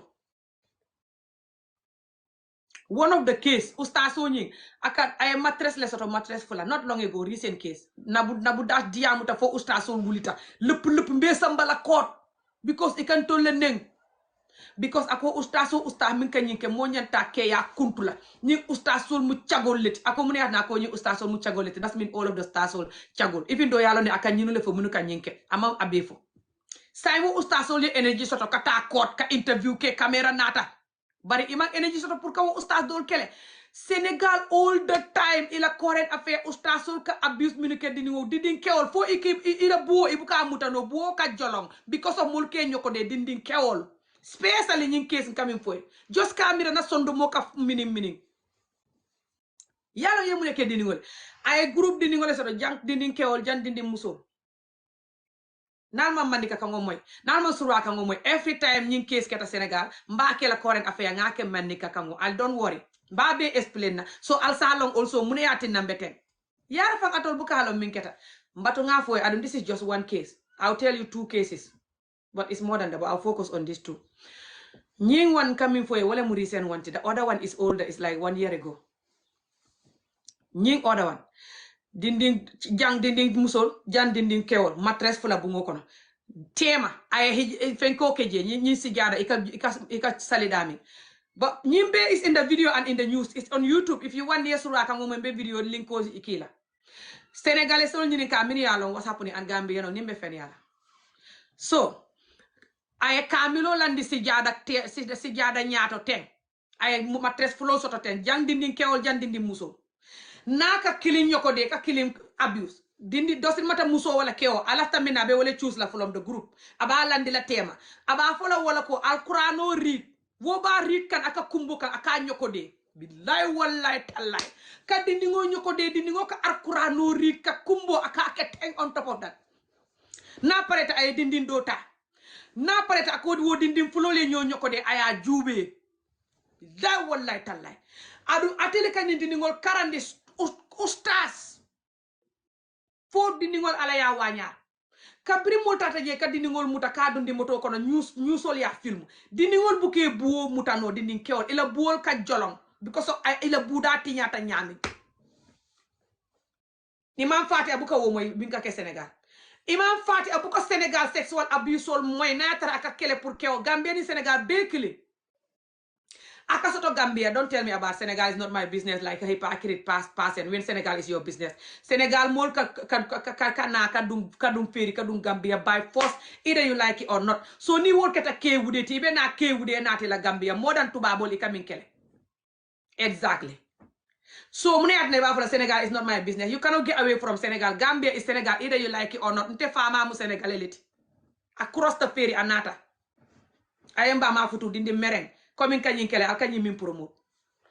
Nte mfututa dindi mereng na koto ma fula fututa dindi mereng na do ma fututa dindi mereng. Be fututa dindi mereng min mol mi yala emekan tout. Ntol be. From my bama to ntol nani. Be mol mi yala emekan dindi mereng. Sai al kontete wo kele la. Sai muni atna al kanten nen kafu konte juo expire bi konte fututa yong. More like Makamba and the rest. Ah, ngamira futu yong akakele amari juo expire. So why Allah fita juol be expire? Ah, alingawa ali tap aliasia. Alawa albe mole taralaja. Allah fita ju expire. Ooh. You effing expiring ju percent ibe mol taralaja. Sai na ala batu. Ngasata ala tap alasia do momo yakam fanke moti surtout atol min be sundi Allah na feki sungu. Nte fana be sundi ya jena voice man diamuno bari mbe diamulo fo alien chop alien fry alien dom comme alkata buati nyami original bois alien fry alia film moliaje barinte de la so man nali nyinken alia vote yes billahi wallahi taala nyinkeo loya dabo ana baro an imam fati nyimmo nani mbala natalul sakila ngal disrespect atol Gambia community ni Senegal community be albe kurano mutala al yekali konte nyamata al ta believe la ko nyamama yaro al kan kumandi nyamato all this years because be nyami ka kele pour ñing society ye kende ya al yamira nyamata because atol you don't care about the society albe bisiri nyoko de la albe bisiri koma kumala albe bisiri super kanja domola instead of to focus on the sickness in the society mi yakendi fo molte barkala lawyer daba mba dundu la je because anyanta wuli la ay diamu because this is child abuse hani sayra mala video yi ani ada barola video wala yati nambe wol dundi la je inyanta wuli la yafo ko this is child abuse. How dare you to even bring this on the parliament for debate? So it ko it lafta banko marala bari ni mol ka banko mol fa ite diamula ni mol ka dindi ngol laño ya ka dindi ngol futu sanji tanni saba ite diamula ni mol ka dindi ngol la keso nyi kuntu dindi ya kuntu iko mo mi ma kuntu na fata kana ta bade dula so ito le ka mo forcer pour ya kuntu ka foko soma ni momo ya vote no pour contrôle ni stop mol be mek so la ye vote ye out of parliament because e manke muslim so ito le ka mol forcer atol na fi ko contrôle kam ntele ka mo forcer pour yabula ito le ka mo forcer pour yake albe mol tarala jam wala mol ye manika kango moy la de ala tapta aliasia al balon ne al dingol menta dingol al coming abuse ke toccio ke laño ya ke lipa ke toccio ka futu jawodi ibamala wol menta bari catégorie fulalem catégorie kiligo mi yalon ko yalon ne nyimman good mol be ñu stop la pour mol yake moti aduna fiki hasidiya hypocrite weak idiotic catégorie ñi mi ya foko ngam ñu timo mi soto mol be ba soto la soto don't talk about it do it. Who are you to talk? It all carefully from who are you? It's me, my name is Amieolof. You don't know me. They're like, who are you to talk about this? What type of talk is that? Who are you? Who are you? Who are you? Who are you that you want this to continue? It all carefully ko. Who are you to stop this? Because we've been through it. Na mama ringol ya kele. And then iko sunna. Ali batu sunna. Ala tap aliasi rombal tala na lafta na alena. Hasidiya wicked mona na tamba bondila de. Momo mi ya fanke moti ayena ay tonya fo warante ay get to hell. Ay video tata aliasia. Nyindi ngol la hakol bal watila altek alnete kayro sosola. Atol be dawda surtout atol min be tubabu du wala al nafta na tubabu du wala ni tubabu du molier ya ki ko do al be happy al ba receive al be sumayla. Bari tubabu du yemin ke fa barkata wala mu kadini ngol samba school. Tubabu du molier ya ki ko do al be happy al ba receive al be sumayla. bari tubabu du yemin ke fa barkata wala mu kadiningol samba school samba prison so diningol ye focus no childhood trauma severe trauma so diningol si karang si focus no si development no si do ku smart no si ke normal human being ta potere ta sedo alman la fi woy soto alka excuse nyini pour molye bata apart from one single excuse pour molye kayro soto al nete wo excuse soto nyim one single tiny excuse al nete soto la but you have bunch container of excuse pour molye bata atol Africa alfal atole Africa hate Africa alfal cross Africa nakata 10 alfalem fulale Africa kanu the rest they are Africa enemy and the young people the youth everyone especially people my age they're worse and you brainwash the young people to follow you bari albe mo tarala jang sa nyin kewo jube amulin jaw yata nyamin doro ala nyin sikkeñ men ni bewu sibutu ikafo sikkeñ bewu nyaadi mandika kango sai ali tap ala siya dron soma nal ya vote yes Gambia baby fala too including me I swear to Allah nte ami job de janni alba vote la yes ali fetelo sa ikafo nyaadi mandika kango ali ya di mole ali ya joko dola alien address o lijanti yadi wala force yani alba vote la yes the moment I hear yes I'm jumping on this internet TikTok, Facebook, YouTube, everywhere, especially in English that you don't want to hear. You don't want the whole world to know who you are. The whole world will know Gambia a pedophile legalizing marrying 10 for 13-year-olds, legalizing abusing children, cutting the little girl clitoris and call it Muslim or culture. Voting on the parliament, yes, for that. After it was already saying no, they bring it back to yes. The whole world will hear that. Not just that. Nte ami, mbe meksola atol nyi monani nyi keo. Ali video tap ali asiya drum. Nyi keo. Lawyer Dabo. President Adama Barrow. Atol nyi mo sabol. Lawyer Dabo. President Adama Barrow. Nyi keo himself. And Imam Fati. Atol monani. Nyi monano. Mbala natalol sakile one by one like this. Billahi, wallahi, tallahi, nte Amieolof. Mbal disrespect la fo atol be kali la ko nte nyamata. Albe kurano mutala al ye kali ko nte nyamata. Alta sonna ko this is ordinary. This is not natural. Nal nyamata like this. Ka vote atol keba katan ka yandal almasoto al ka fengo fem vote apart from dindi santani saba molia futu sanitani saba molia dindi merengo la fenko kuntu everybody you make sure nobody will have it. You hate it so much. You're gonna make sure the entire generation, the entire community from their great grandchildren, great grandmother until now they never ever gonna have their clitoris. Every child born you chop off. Every child born you chop off. Every child born you chop off. You're gonna continue chopping. It will never end. You effing witch, you effing bitch. Never ever nobody's watching this. You keep letting the children lying. Al ka fen ya sifal min fo nama kunto aka janga yale fo na e kurto do ngabe funti la fen ya. Wo is very rare. And Nasarota Amari betala operation ayatara Amari menta already. So it's not gonna harm her. Compared to when she's young, you just letting everything. Tap and see her. The other thing I'll come in for. Nima les mo amarite ita nyoko de la faye happy abuka kanyang ika fanyadi atol ke mi alla ken ke ya Chinese ke ya le bala ni do mani ma ke ya ko mi dindin ta sanji lulu dindingo warante ke ya ni sa ta le abuka tama ka keten ne ni ba dun la ba kala ten e ba forcer la abaka la futuk buduk ba kala ten abaka la buduk adene te karta la sred bi ko abuka tama atol mi be wonyama. Why the hell almanta effing reni senjen ni nebe day mun ko min al yalla sasa jara ba pare na tara al mu dindi mereneti ten al ya alamuta al ya long you not alone. Chinese people and other people are in this world. Leave the African women alone, especially if they're like me. Go to China and have a wife there. African woman is not made for African man that is like this. Go to China and have a wife there and leave us alone. Don't circumcise us because you are like this or your manhood is have all the STD in the world and cannot walk. Cannot go in. You force and it's puluping outside like a broken pipe.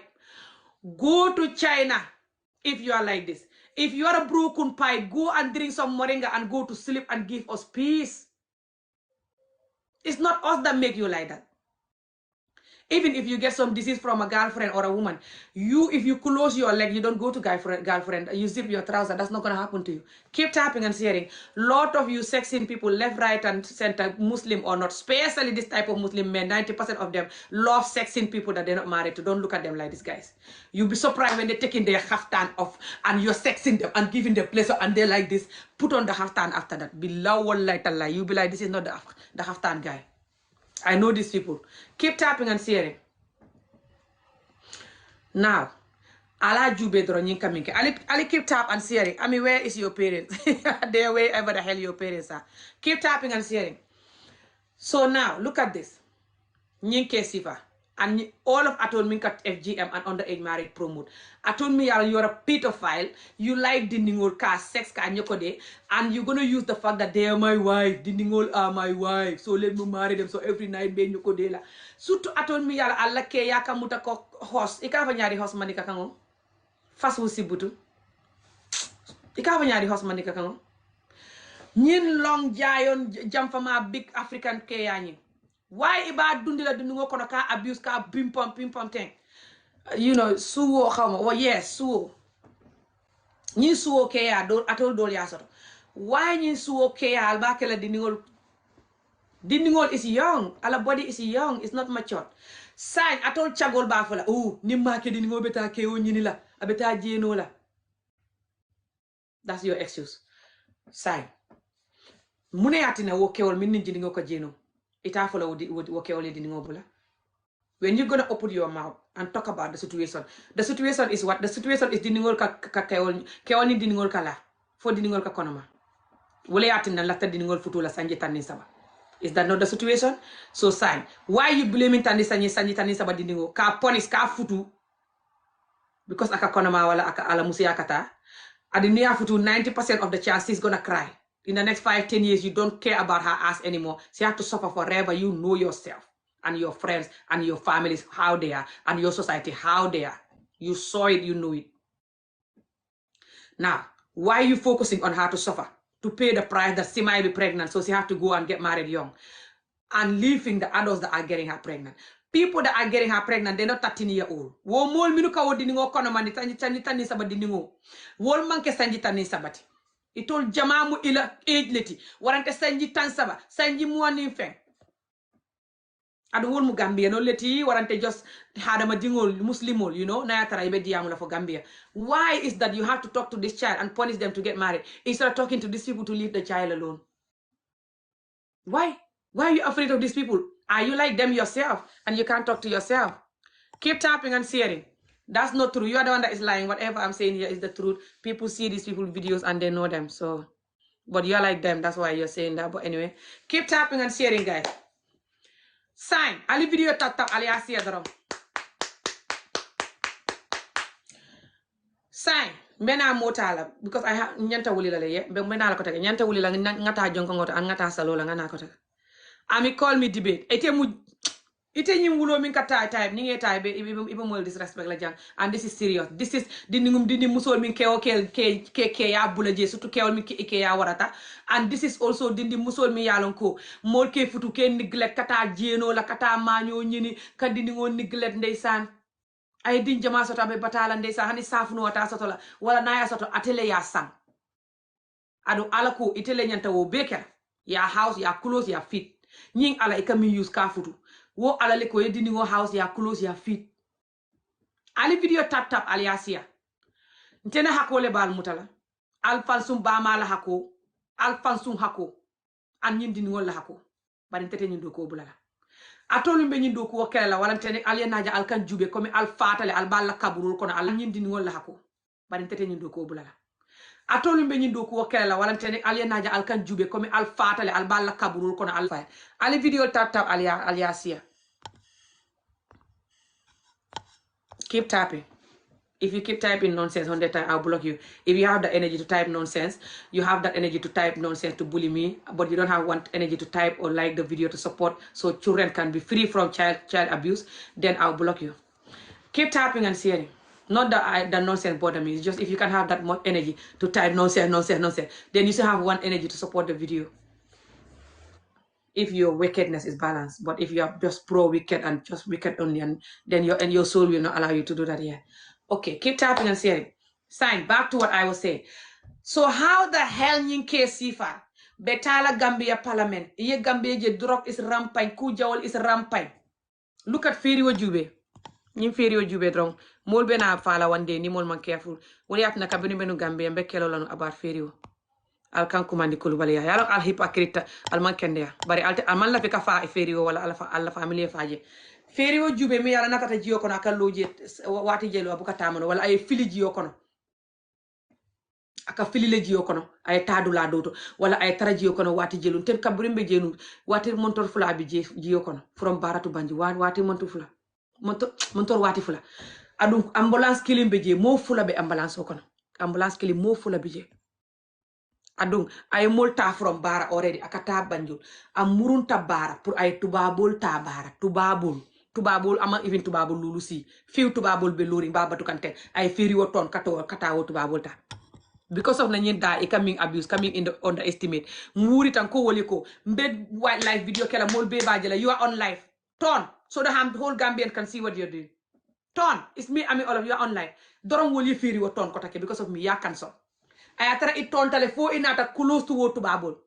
mol be ka diam iman care mol be ka fo alkana ton this is after 5 it's around 6 o'clock we are tired you want to go home this is unfair you have an ambulance in the ferry why are you turning for tubabol yes sort of they don't care they just turning going until they this close to picking the tubab ka bring along ko nyine ketam jump tanga na camera man ko woli ko you are on live the whole Gambian we saw that you are going back to pick nyin tubabol and you have an ambulance keep going I'm filming everything you are live dorong yet feri woton immediately straight away fo mol ka bulo kalam tela you are not a Muslim you are a devil you're a pedophile and you're a devil and you hate women and children keep tapping and sharing I am more Muslim than your father and your imam and everyone you can think of because I'm talking for you to traumatize children and women doesn't mean that I'm not Muslim you're just a pedophile and you hate women and that doesn't mean that you're a Muslim keep tapping and sharing guys ali video tap and share momo min video la moy la and they're not tapping and sharing just because they want this to continue Africa like this alkadiningol abuse ke lipa ke tocco ke ma futu o onot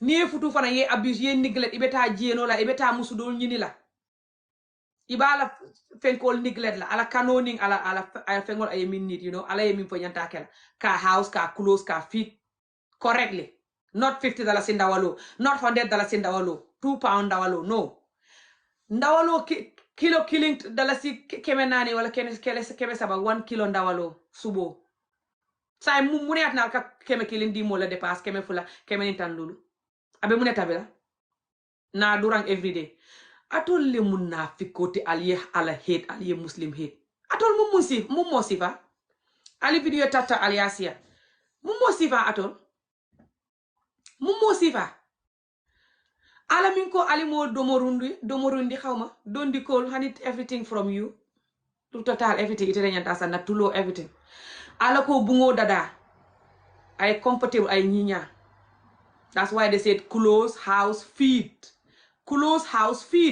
ala ko ni manyin ko do soto kana even muso nyini inyanta sunnale 24 hours sunkaro onet yo sung foye fa every day the whole year ibe domoro kera suto dron why because ala lafta kana jenoke kana muso jube so every day is sung ye ala to for all day la yesung until ye ko do soto ye muso nyini ya futu atol fo ala molye min long alka wole fo ali ala dole soto mimbe in the corner alka min use ali wo ala nati ali ya fo molye please mol batata mun ala sifa mu nyinte every single time alka musolje Africa surtout Gambia ika tara marché kono ka gejja wafi ka jabo wafi ka kano wafi because of ila ke marke bitre kata sunkutu dingol futu kata sunkutu dingol neka kan not ndawal bete ma dilela kan not di dingol look after di dingol sulata mena bukake atele nyanta kala hani lara ngona ya soto atele hasan hani na wuluta atele ka fan kulli ay bokka sutu yin susuwoli kaminke yin kompino male ka fa ñaari mané kam naye woyele ma aya fan kulu pour xama naka kulu xama kulli pour mol na ye ko do diala ndeysaan pour kulli yo ni muso mi yala itele ñanta kera atul mo ala sifa al ka wolle yus ali yalo ne muliyat na ali yeng nkal ñinin karo mi yala al buka ansa soto the answer is to hate me. It's easy to hate me than to look for answer. You can't find answer. There's no answer. No answer to all these questions I'm asking you. All these years. Mbal ñinin kala all these years. Sanji wara wula sign ka video ke from you Facebook. Hani sign ka video ke. Al man na answer soto. Sanji wara wula nkal ñinin ka the same question. Ka foko. Atol ka ala jumale use ka muso ni dini ngot traumatized. Ala mi ya foko al kana jeno ke anong ali jeno kanu more than domoro. 90% of you. Keep tapping and sharing. Alkaf imagine you can I'm so disappointed with Gambia. Alkaf fan net traumatized nak. Alkaf fan net kamanaka pain. Because you are doing the whole world to know that at all you are pedophile and you hate women and children. So sign mo te hani la kal futu. Mo la dingol te hani la kal dingol futu. Alal fan jube atol jelle betu babu duja siri nyi sumu yakono like sasa malaria nyankumo. I'm laughing, but I'm crying. Like a malaria, me and Yankumo, me and malaria sort of cop, you know, box in the corner. At all tankatara bunkono, suit to Italy and the rest.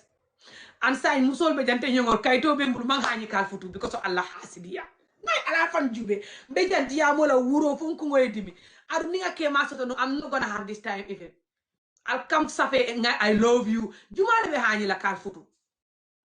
After you tell me I love you, the next minute you're typing or your friend or your other men are typing and you guys are liking, saying that I mean temuchagoleti, waliadnanka diamu, ado imanje inemanje chagayala, inemanje nke bama chagayala, ifama chagayala, itefam.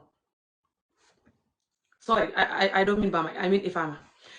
Now, inemanje ka chagayake, for example, but because it come fata, I don't tell musoleti me na futo janjanta. You hate musol mi ila futo janjanta. Sut musol mi ala ila futo jamal janjanta. Ntenyo ngo. Billahi batata le sai sun karo yo batandile ma atul albe hako sotola.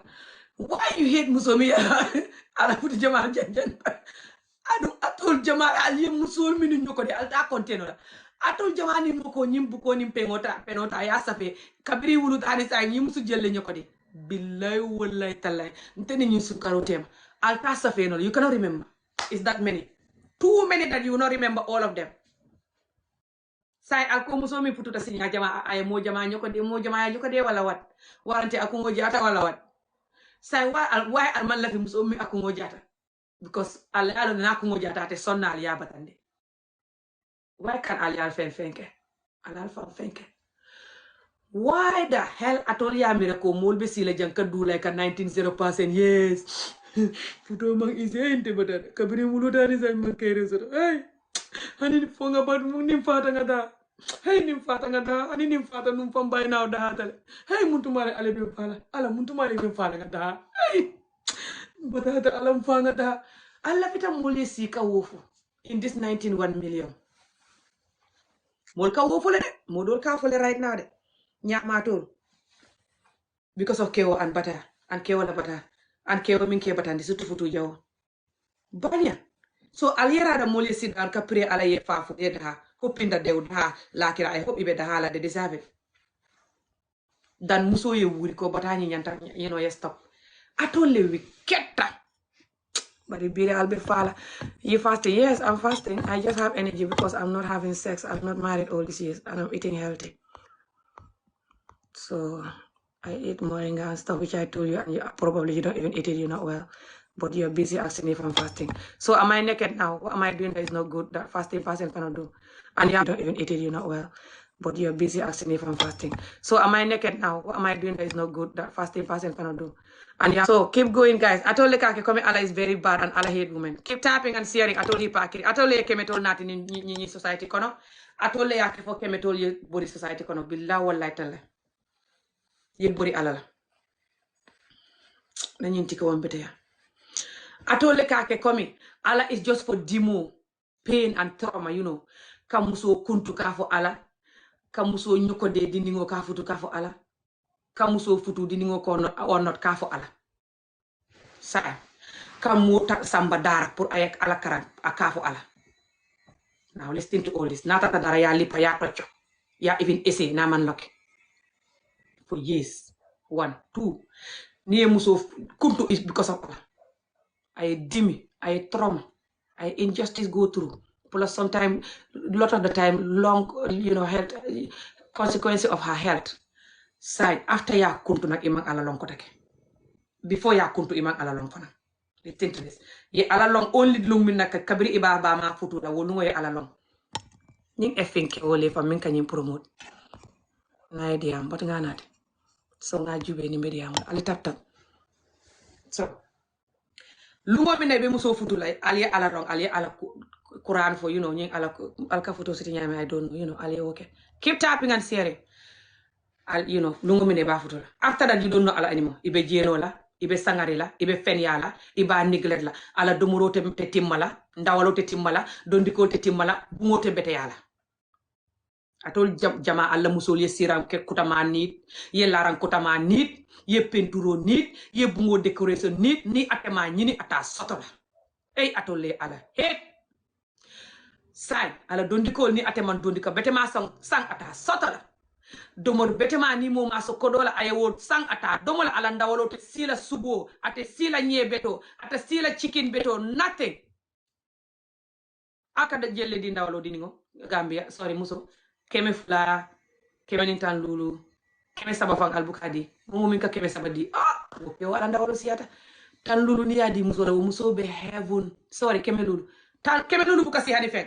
Ndawalo killing keme saba nim feng. 1 kilo. 1 kilo buka si fanta birol. Sutu family compound. So anenete ndawalo domola salo doron. What about Alial Fem Penke? Alal Fem Penke. Every day you wake, continue effing your alfango. As I look at Lembe Sunday, this is painful, man. Ali video tap alias here. Can you me pole rampaita African Muslim community, especially Gambia? Gambia natara Muslim ol tanem. Say bele kan you mean for be say you bele kake. Fengo mi alaman la fi wala. Ala hate it more than ye ke ofan sambanyaka. Nima ke o sambanyaka, but it can you mean for imake. Ala ko ila muso house, a close. A fit yake ay timma kodo ye siya domoro ye beteya bungo ye beteya dondi ko sabatol diningo la life everything ye beteya ye happy ye comfortable ye woke ni ala nyini ka nga woke wala nga kewo samba nyaka I'm not even saying muso kewo ala ba fola woke kana sem kewo samba nyaka woke billahi wallahi tallahi even in the Quran aliya jele wole be safari nje all over the place wo is more kumaya than kewo la nyaka not to mention muso adu alka wolle neglect atol na tarata ne na kononto bele ka neglect kononto be alla muso la bungo mantimma kodo mantimma fengo mantimma bar alka kodo soto pour sunkuto alka kodo soto pour musudo alla nyi chaga ya ni hasidi ya ni hate for women albe mol tarala jang ali tatab aliasia so ala juma alka mune foko woli atna nyanta dini ngo futula wala kadini ngo la be o kontu ali tatab alasia so alfana ngulita kama alwulita alko alla nafiki yanka wole sata one by one de. So just calm down and tap and see. Okay? Nothing else apart from Allah nafikia, childhood trauma alkamin create, and wole yatina Africa te tamala, wole yatina mulbe sangari linkanga hasidi yaka kete, wole yatina everything. Okay? So wonyanta banale, either you like it or not. Okay? I know you are sick, but you have to stop near nakadi by force or mulbe yefa. Okay? We have enough now. We cannot continue this. Okay. Keep tapping and sharing. Nyimon tata la ka mbeta la but niman diamu nyimon tata la ka ali tap tap momo mi manyi kala amari munafikolti amari Gambia hit and ay muso hit and ay alafta diningola ye lafta diningola bari ye muso hit ye kalamuta diningo ilafta ala biko ay yomta pour ten bari muso in general ya hit le ye kalamuta okay I am so you kalamuta mi ye keep tapping. I'm not saying all of the men, you have time to separate them. They know themselves, the ones that are not like this. No nation that all of the men are effing asshole like this. I hope not. Keep tapping and sharing. Now, I listening India I'll contact Kulubaliat. I told Peter Filter. adu ye muso hate and ye lafta dini wala. What is worse than Kulubaliya? Your pedophile, wala mul min lafta dini wala, adu ye muso hate and ye lafta dini wala. Exactly. Or it's worse than Kulubaliya or whatever the hell you're calling me. Nkuluta more than you, by the way. I'm not gonna kulu for someone that hate me. I'm dusty and stupid. Why will I kulu for someone that hate me? Okay, keep tapping and sharing. So now, atol mini kulu atol mini bete yata atol lebeten den kanyi misata be atol lebeten. So anale muso futu lu muna alba futu la ali ala long. Ali ala ko okay, this nyim pass it and nyim pass it and now futu finish. After that iman ala long patake. Especially 5 years after that or 10 years after that. Oh my god, 10 years is even long. 80% of you, cross Muslim Africa, not just Gambia, the woman will cry 10 years after. 80% of the women, me alonko, you at Africa Muslim photo. You better shut your mouth. Why is better I shut my mouth? It's not better. It's better I talk and your mouth, your ass should be open and talk for it to end. Keep tapping and sharing. So, Sai, keep talking. Keep tapping and sharing. Sai, ajube nyinkewo mulun jawya, hasidia, sangari, nying sikim like a bee. Ikafu bee nyadi manika kango. Bee, I don't know how to say manika kango. Nying keo mi yala amulin jawyata ala nying stress wicked face nying like a Sefla Bandi in the movie. And the nying basic nying mi yala ninga muta nuntenga saba abalon na dimo be nyame. So ala tata aliasia. And look at the Sikkim. The Sikkim cannot even grow because it's very wicked. That's why the Sikkim is like my hair cannot grow. Now keep tapping and sharing. Just don't focus on those idiotic people. You just tap and share the video. Sign. Let's continue. So, mune yatina lata diningo eta nyaka anaye dinale diningo futu. Alman alalong patake. Listen to this. Diningo alkaminu samba nyaka. Alka campaign pour minu yeta nyaka. And diningo alkaminu futu. And alka campaign pour minu ye futu. Mba satala wo diningo bama. Aliye wol batandi nyame and wol mamaringo. And aliya program ka wol batandi nyame. Alialo ne muniat na alkante he ngal alialo ne ngallo nyame alla mamaringo ni alla president non malong like that atolle ya fal londin terana atolle yem futu sa njitam ma soto aliyem futu nga daji ko from straight away di ngol kata school ka live karang nte kala daji ko karang from a young age. So ngal mastale either you like it or not. I already master you and it's only gonna get worse. Every day I'll master you more and more, especially when you're promoting this to prove to yourself, to the whole world that you are whoever I said you are. Keep tapping and sharing. Sign. Nali dini mo futu. I'm doing Allah's work. Don't tell me it's Ramadan. This is Allah's work. I'm protecting children. Keep tapping and sharing. You can say that to these people that are going to vote tomorrow to marry 13-year-old and to vote to circumcise a little girl and chop off her clitoris in this Ramadan when they're fasting, voting. Talk to them about the Ramadan. Me, I know it's Ramadan. Keep tapping and sharing. So, nali dini mo futu aliye alalong. Aliya futu dini ngola bama. Dini ngol mi alnyanta wol kuntula, alnyanta wol futula right now. Wolla bama. Alfamata alalon na wolla bama la site. Alfamata alalon na je lungo minna aliye wolla bama futu. Wolungole ala aliye ala la buko nyin close. You already have her now through Allah and you're done with Allah. She continues suffering. 80% of them musol mi yalo alke dingo sambanyaka alke dingo futu right now. 80% of them almang ala long when it comes to that woman. Exactly. So kabiri ali muso futu. Ali ala use aliya futu. Aliya neglect. Hanina konomata aka sangari nyami because akonomata aliya neng, aliya neglect, aliya bula. Waranti aliya fo te jujudo after ya konomandi and muso na konomata aka sangari. Wala muso na ka period ya ka sangari, muso ka sangari sometimes, because of ala body and hormones and stuff, But almo muso la balo long and you hate muso so much. You will never spend 1 minute to learn about muso la balo and their behavior. You're like, they're not even worth that. And I just tabiroke ay dingo wulu ay bungo fit ay tabiroke ay dingo wulu. Suto ya. You're like, they're not even worth that. And I just tabiroke ay dingo wulu ay bungo fit ay tabiroke ay dingo wulu. Suto ya. For what? You hate muso ita balod jube la ita kiss la ita rai la ita fenke. But ibe like a sick chicken kanadong. What the hell, man? Aliyalo ne ni muso be kuninta kominte. Albal fanke da moti by force wante ate muso sota. Wala yati na alman la fi wala. Wodaro ne.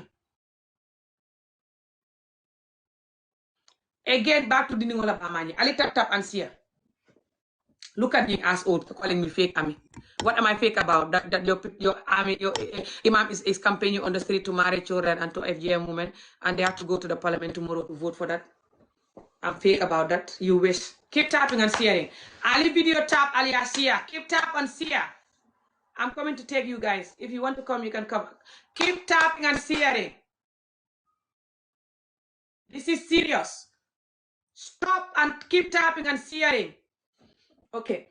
Back to Nyim Mol me down. They only know Allah when they marry you. After they marry you, they use Allah to do Quran wedding. After that, they don't know you anymore.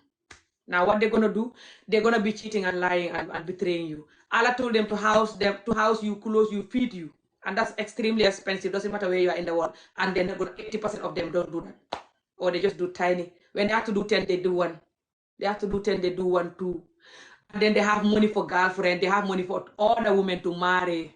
But not money for you that Allah tell them to give you and your children. The same Allah they're saying that they're using Allah to marry at 13 because it's Allah who says so. The same Allah they're using that to put you down and chop off your clitoris and call it Allah says so. It's the same Allah who tell them to house you, clothe you, feed you.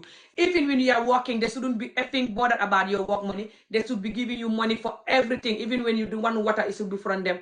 Earrings, everything. They know why they hate me. When I talk to them, they never have answer. When I ask them this question, they always just like, oh, you're rude, you talk along. They have no answer to this question that I'm asking them. Let them answer me. Now, when you use Allah to marry the little girl, you use Allah to FGM her, and you don't know Allah anymore. You're cheating, lying, neglecting Allah. She's suffering with her children. And then when she tells you that I'm having too many children, I want to do family planning, to not have children, those things that you take, those medicine things. You said, don't take that, we are Muslim. We have to bring more Muslim people into this world so they can be traumatized and kill each other and make Islam look bad. Because we will not look after them and give them good way of life and human being life, but we are going to create them like a chicken. Because we are hypocrite and hate women and children. So, keep having children so I can be busy having sex outside while you're busy with your pregnant and you're washing clothes and cooking. You don't know what you're doing? You guys know why you hate me there.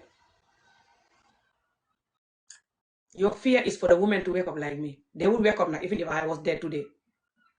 Even if I was dead today, right now, this minute, in this live video, they will still wake up the hell. They already are awake. Even the hypocrite ass ones, they wake up. They're just dying inside because they're a coward. Give them 2, 3 years, 5 years, from now on and see when they're going to jump on your throat and talk worse than me. And rejecting your entire generation with your evil behavior. Keep tapping and sharing, guys. Now, after you marry the woman and you FGM her because of Allah, you don't know Allah anymore. After you FGM her because of Allah, you marry her because of Allah, you don't know Allah anymore. You're cheating, lying, betraying her, marrying anybody you want, doing whatever you want. Neglecting her love, her attention that she needs from you, her care she needs from you, everything she needs from you, you neglect it. Even to sex her correctly, you cannot. A lot of you hate your wives. When she's talking like this, your brain is boiling. You don't want to hear her voice. You don't want to hook her, kiss her.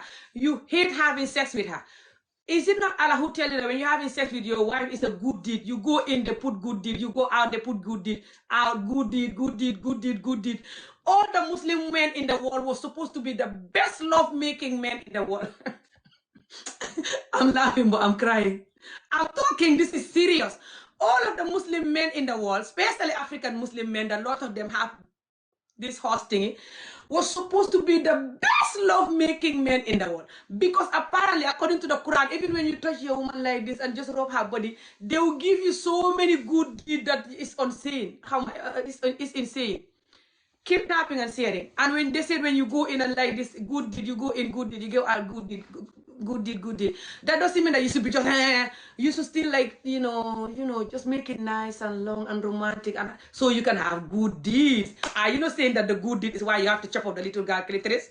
If you want good deed so much that you have to chop off the little girl clitoris, why the hell the good deed is not what you be a nice husband and have nice long sex, which is gonna come with the good deed and is nice and healthy for you. Sex is nice and healthy for you, for your brain. Sex release stress. Sex have so many stuff that it does for you. Space. Especially if the person is not HIV positive or effing STD because they cannot zip their trousers. Not the STD man. Normal man that is healthy. And the woman, also normal woman that is healthy. The sex is very healthy and good. Is Islam or not? Physically, scientifically proven. I'm not telling you to abuse sex because you're traumatized, having sex 24 hours. No. Just normal whenever you need it, How many of you sexing your wives? And how many of you sexing your wife correctly? Especially the wife that is 10 years or more with you. Type. Tell the truth. Keep tapping and sharing. So why are you forcing the girls 13 years old to get married when you're going to hate their God the next 5-10 years? That's the question. Not just because I was married young. That's why I'm talking. No. It's, I know you hate this woman even when you marry them. As an adult. Not to mention when you marry them as a child. You only want them as a child because you don't want them to have a voice to say no like I'm doing. And you like the little vagina. So you can cruel your manhood like a sick horse inside it. Effing pedophile with kiddo. You'll find people here. You mad. You don't know people know who you are. And you think people are going to be like 5-year-old. They're going to insult me. They will bully me. They will kill me. They will juju me. No one cares if you're chopping them and frying them. Someone like me. You can have me for dinner tonight if you want. But I'll still talk. Keep talking. Keep tapping and sharing, guys. If you want to come, you can come. You see my voice is going. I'll scream. I'd rather die than quiet for these people to vote yes tomorrow. If they vote yes for this, they will regret it. Now, yaa ngi dem si gym bi waa da nga dem exercise. Okay, see ya. Okay, wow. If you vote yes tomorrow for this underage marriage and FGM in Gambia Parliament, you guys will never forget this. It's going to be the worst mistake of your life. And you're still not going to marry the young people like you did, like you want, because we'll still keep campaigning, keep working the mothers, keep working the young people. Someone like me and my organization and other people that have organizations and are genuine with the work. And I will still do videos until my brain cannot talk anymore like I'm doing now. But I will focus on the Gambian President Adama Barrow, you, this man, and Lawyer Dabo, and Imam Fati, these 4 people. I will focus on you guys. Keep hanging your picture every single day, disrespecting you like you've never seen in your life. Making sure I'm going to scream my lungs for the whole world to know how you guys are pedophile and how you hate women and children and how you signed the document for that to continue happily in this DNA, in this 2014, in this March, tomorrow, Monday. Go and vote yes. That parliament has 3 women only. And I am sure those women are pygmy women. They're not voiced like me. They're not like telling you don't do this to us, like, no. I am sure they're like, yes, sir. That's why they're there. You will never want people like me in the parliament. You'd rather die. Imagine if I was going in the Gambia parliament. I swear, if I was like back to Gambia for good now and I went to work in the parliament and I apply, they'd rather die than take me. When they see my name, their heart will jump out of their chest. The moment they see my name, I want to come here. All of them. Their heart will jump out of their chest, especially the men. That's the day you will see somebody's heart crawling out of their chest, physically like this, like a horror movie. That's the first day that you witness that, if that happened. That's how much they hate me and my energy and my work for protecting women and children. They cannot contain me with a parliament with them. Keep tapping and sharing. Thank you for some of you that is tapping and sharing. This is very serious, okay? Anyone that is watching it and they're not tapping and sharing, they're wicked and they're pedophile and they hate women and children. TikTok, this video is for Gambia. Tomorrow, they're going to vote in the parliament to marry young people as young as 13 years old and to FGM the girls and tingy their clitoris. Take it away and call it culture and tradition and Allah. And they don't care about Allah and culture. They don't do what Allah tell them. They don't do what culture was doing at all. They hate all of that. Apart from to traumatize the little girl. And they don't like to give children school, especially girls. And they don't like the women to have human rights. Children and women in general. And that's what I'm fighting for, that to happen, so they can leave people alone, so people can grow up with no childhood trauma, and they give the children school education so Africa can finally be developed. Okay, Africa? TikTok. So if whatever else they email you telling you, they're lying. They just want you to cut the video, they're lying. Okay, I am an activist for these things for years, for human rights, for children and women. Nothing else they tell you that is the truth. They're going tomorrow to vote in the parliament for people to say yes for cutting the little girl thing and call it FGM, call it culture, and to marry 13-year-old. Okay? So everything else they tell you they're lying. Keep tapping and sharing. Because if you don't support the video and they report the video to TikTok, TikTok will believe them. There is the power or strength except with God, the Most High. Why are you talking about God, power, and strength? Are you saying the power and strength is why they sleep with children? You have read nothing in religion. I read it. I don't need to read it. I'm reading what you are promoting and what this man is doing. That's enough reading. Tomorrow you guys going in the parliament to campaign for marrying children and FGM in children that are girls. Okay? I don't know what else you want me to read. Keep tap and see. FGM is not in Gambia. It is in Gambia. It's cutting off the clitoris. You say that you're not cutting the whole of the clitoris, which a lot of you are doing. People saying in the video all the time, crying.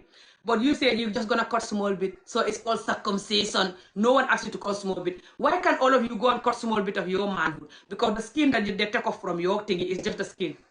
It's just the skin. They pull the skin like elastic and chop it. Why can't you take off the head?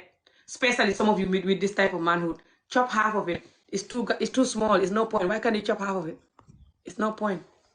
And the ones with the giant big long one that can hurt you, why can't you chop them into? Because the woman thing you're taking is not the skin that you're just pulling. Women don't have that.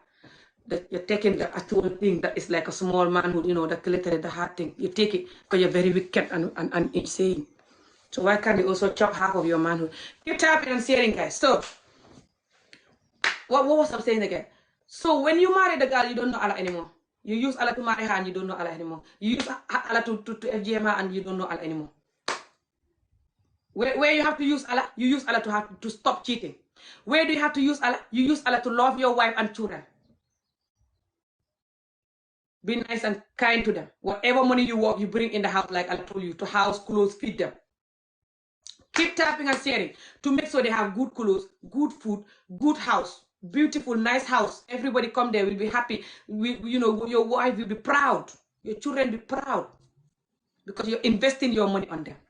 Not when you come, you feel sorry for their house. When you see them, they don't even have nothing. The woman is suffering, borrowing money, cannot sleep at night, thinking about the next bill, thinking about what's in need for this, what's in need for this, what's in need for this. All the time she's thinking about what's in need for the woman and children. When you, the man, is there yandaling, marrying other people and doing for other people all the time, like the sick idiot you are. When Allah told you to put your money and time and love for them. The same Allah that you are using to cut their vagina and using Allah to marry them young. Keep tapping and see. You didn't pray, you see? You didn't know how to pray. I know how to pray more than your father. If your father know how to pray correctly, I will not be here talking about this. He will not be promoting these things. And you will not be promoting it because then he will teach you it, whatever the hell praying is. Whatever the hell you think praying is. Keep tapping and sharing. Now, keep tapping and sharing. Just keep tapping and sharing and leave me with these people. I'm used to them. I know them. They're sick and traumatized and wicked and hate women and children. They lost children for this and then hate women. So I know them. They're sick. They're not well.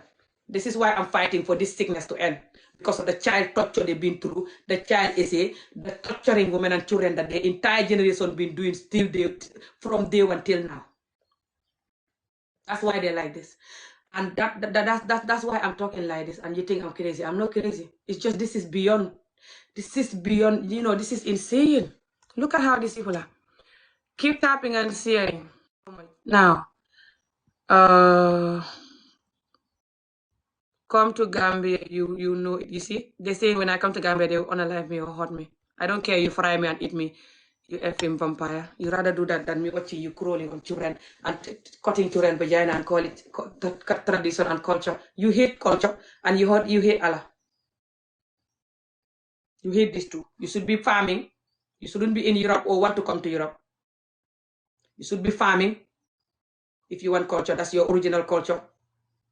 You should be eating local food. Nyeleng and futo. Chere and nyeleng. You effing asshole.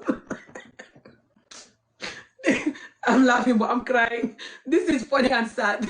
You should be wearing garambubu, kaftan. You guys know why you hate me. You know me, do you? You will know your children are grown. I'm the smallest part of the people that have this knowledge. I'm the tiniest part. The rest, they have more knowledge than me. Keep tapping and sharing. You know Allah. Yes, I know Allah. You don't know Allah. That's why you're using him to traumatize people. And when he catch you, you will never forget that what he's gonna do to you. The amount of people you traumatize using him, and you don't care about him. You cannot use him to stop sexing people you shouldn't be sexing, to stop lying, to love and provide money and love and attention for your wife and children by using Allah. You cannot do that. But you're gonna use Allah to have sex with the other people you shouldn't. You're gonna ignore him when he tell you don't have sex with people that you shouldn't marry to, don't lie, don't do this. Just look after your wife. You neglect everything he told you. But when you want to traumatize women and children, that's when you go and look for Allah and find him and bring him from the corner and use him. When you finish, you put him back again. You ass old bitch. Even if you're praying your faith, praying doesn't make you a good Muslim at all. But anyway, keep tapping and sharing, guys. Okay, you can see my voice. I can't talk. I'm fasting, but I'm still gonna scream my lungs. These people are going tomorrow. I'm gonna do all day video today. I've never done all day video since we wake up in the morning until night, and I'm gonna do that today first time until eating time or nearly eating time before I'll end this video. I rather don't cook ndogu. I can have effing egg. I don't care, or effing sardine and cherry. And I'm not going to sleep tonight. Because tomorrow, these people will vote yes. Let's see the results. You know why? The parliament is full of men like this. This man is in the parliament himself. This man is the man in the parliament who brought this back for people to vote yes. This was already banned a few years ago. When people do it, the government have to take them to prison. He said that's not supposed to happen. Him supposed to marry 13-year-old and be free. And the rest of them. So he makes sure that he brings this back to the parliament for debate, for people to vote yes or no. And the parliament is only 3 women. Also, they said any man that vote no, anybody that vote no, they will pray for you to have bad something happen to you, and they will vote you out of parliament because you're not Muslim. So they force everyone to vote yes. Keep tapping and saying, oh, I'm going to end this video.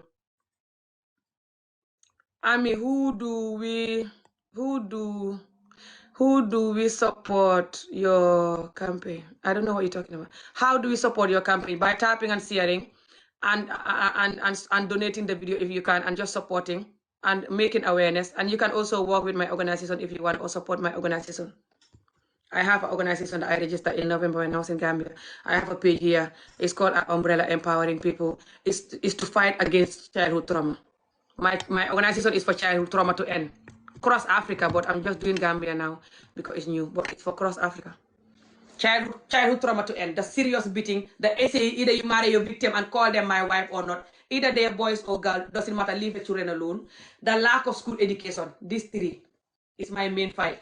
But I also do go to schools, like high schools, and motivate the youth to stay away from drug and addiction, unnecessary sex, and violence and stuff like this, just to prepare them so they can be decent adults. So they're not going to be like this type of adult, wicked, insane, mad adults, and calling it religion.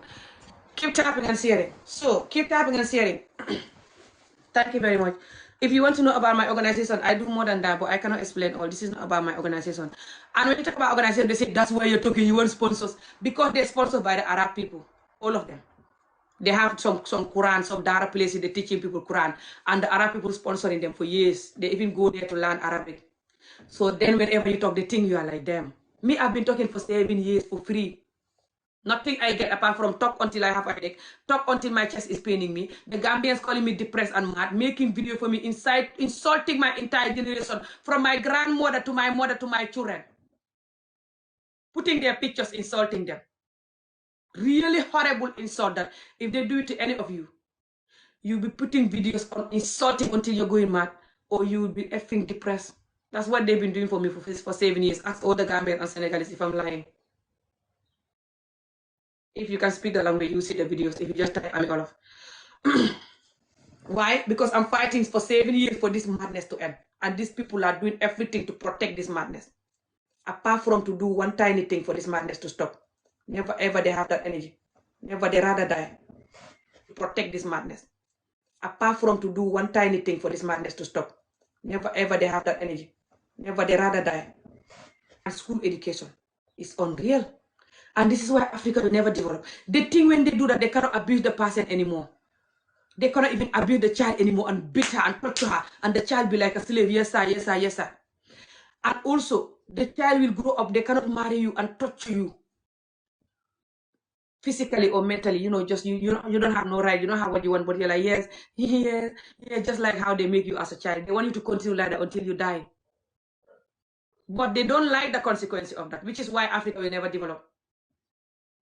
Africa is very wicked, aggressive, angry quickly, going crazy, partying and eating and having sex with the wrong people, especially older people, because a lot of them love young women. As you can see, they're voting tomorrow to marry 13-year-olds. Exactly. So they love young people, men or women, especially a lot of them that are gay and they only doing it with the young boys. The amount of essay that go through in Africa for young men is unreal. All of this fake ass behavior. And when you talk, they say you're promoting gay. No one is saying be gay or lesbian or be anything. But I'm just saying, don't cut off the little girl private part and don't say the children marrying your victim.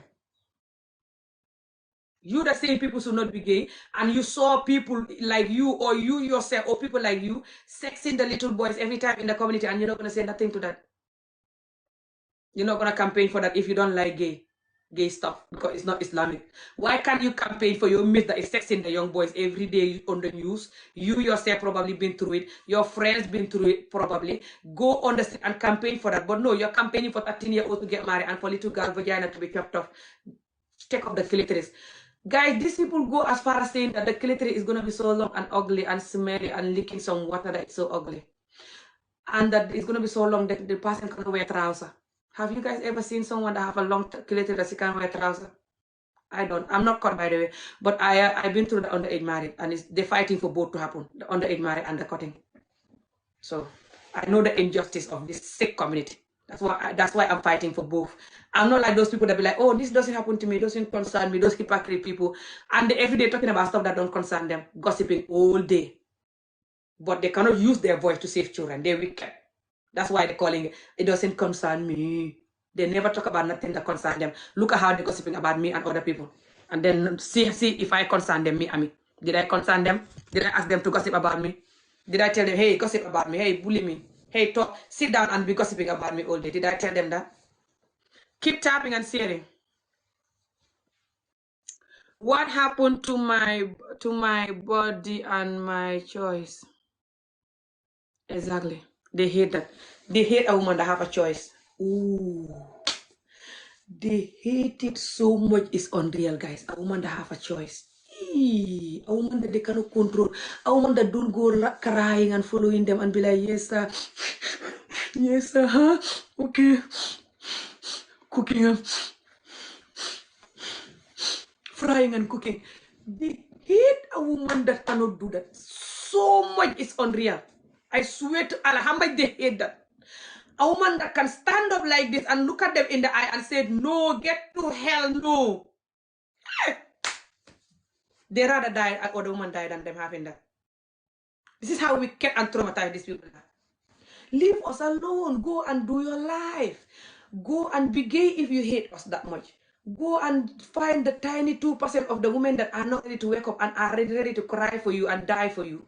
And leave the other people alone. But you're going to fight us, insult us, go outside and say that if anyone that is stopping us, we're going to pray for Allah to punish you.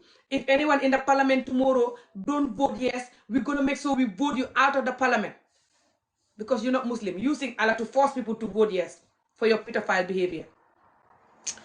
Anyone that don't FGM their daughter, when they die, nobody should go to their funeral. When they're selling something, don't buy it. When they go have a party, don't go. Isolate them. They're not Muslim. So you're forcing people to circumcise their daughter by force and to allow you to marry 13-year-old or 10 or 12 or whatever the age is. Because if you can campaign for 13-year-old to be married, you definitely will still be 10 and 12-year-old or even younger. So you have the got to campaign for that on the street of Gambia, making videos for that. All of you, the group of you, Imam Fatih and the rest, the group, it's more than you two. But us that is suffering from you, our mothers suffer from you, our sisters suffer from you, your mother suffer from you. I'm talking for us to stop this pain. You say you're going to pray when you're breaking your fast.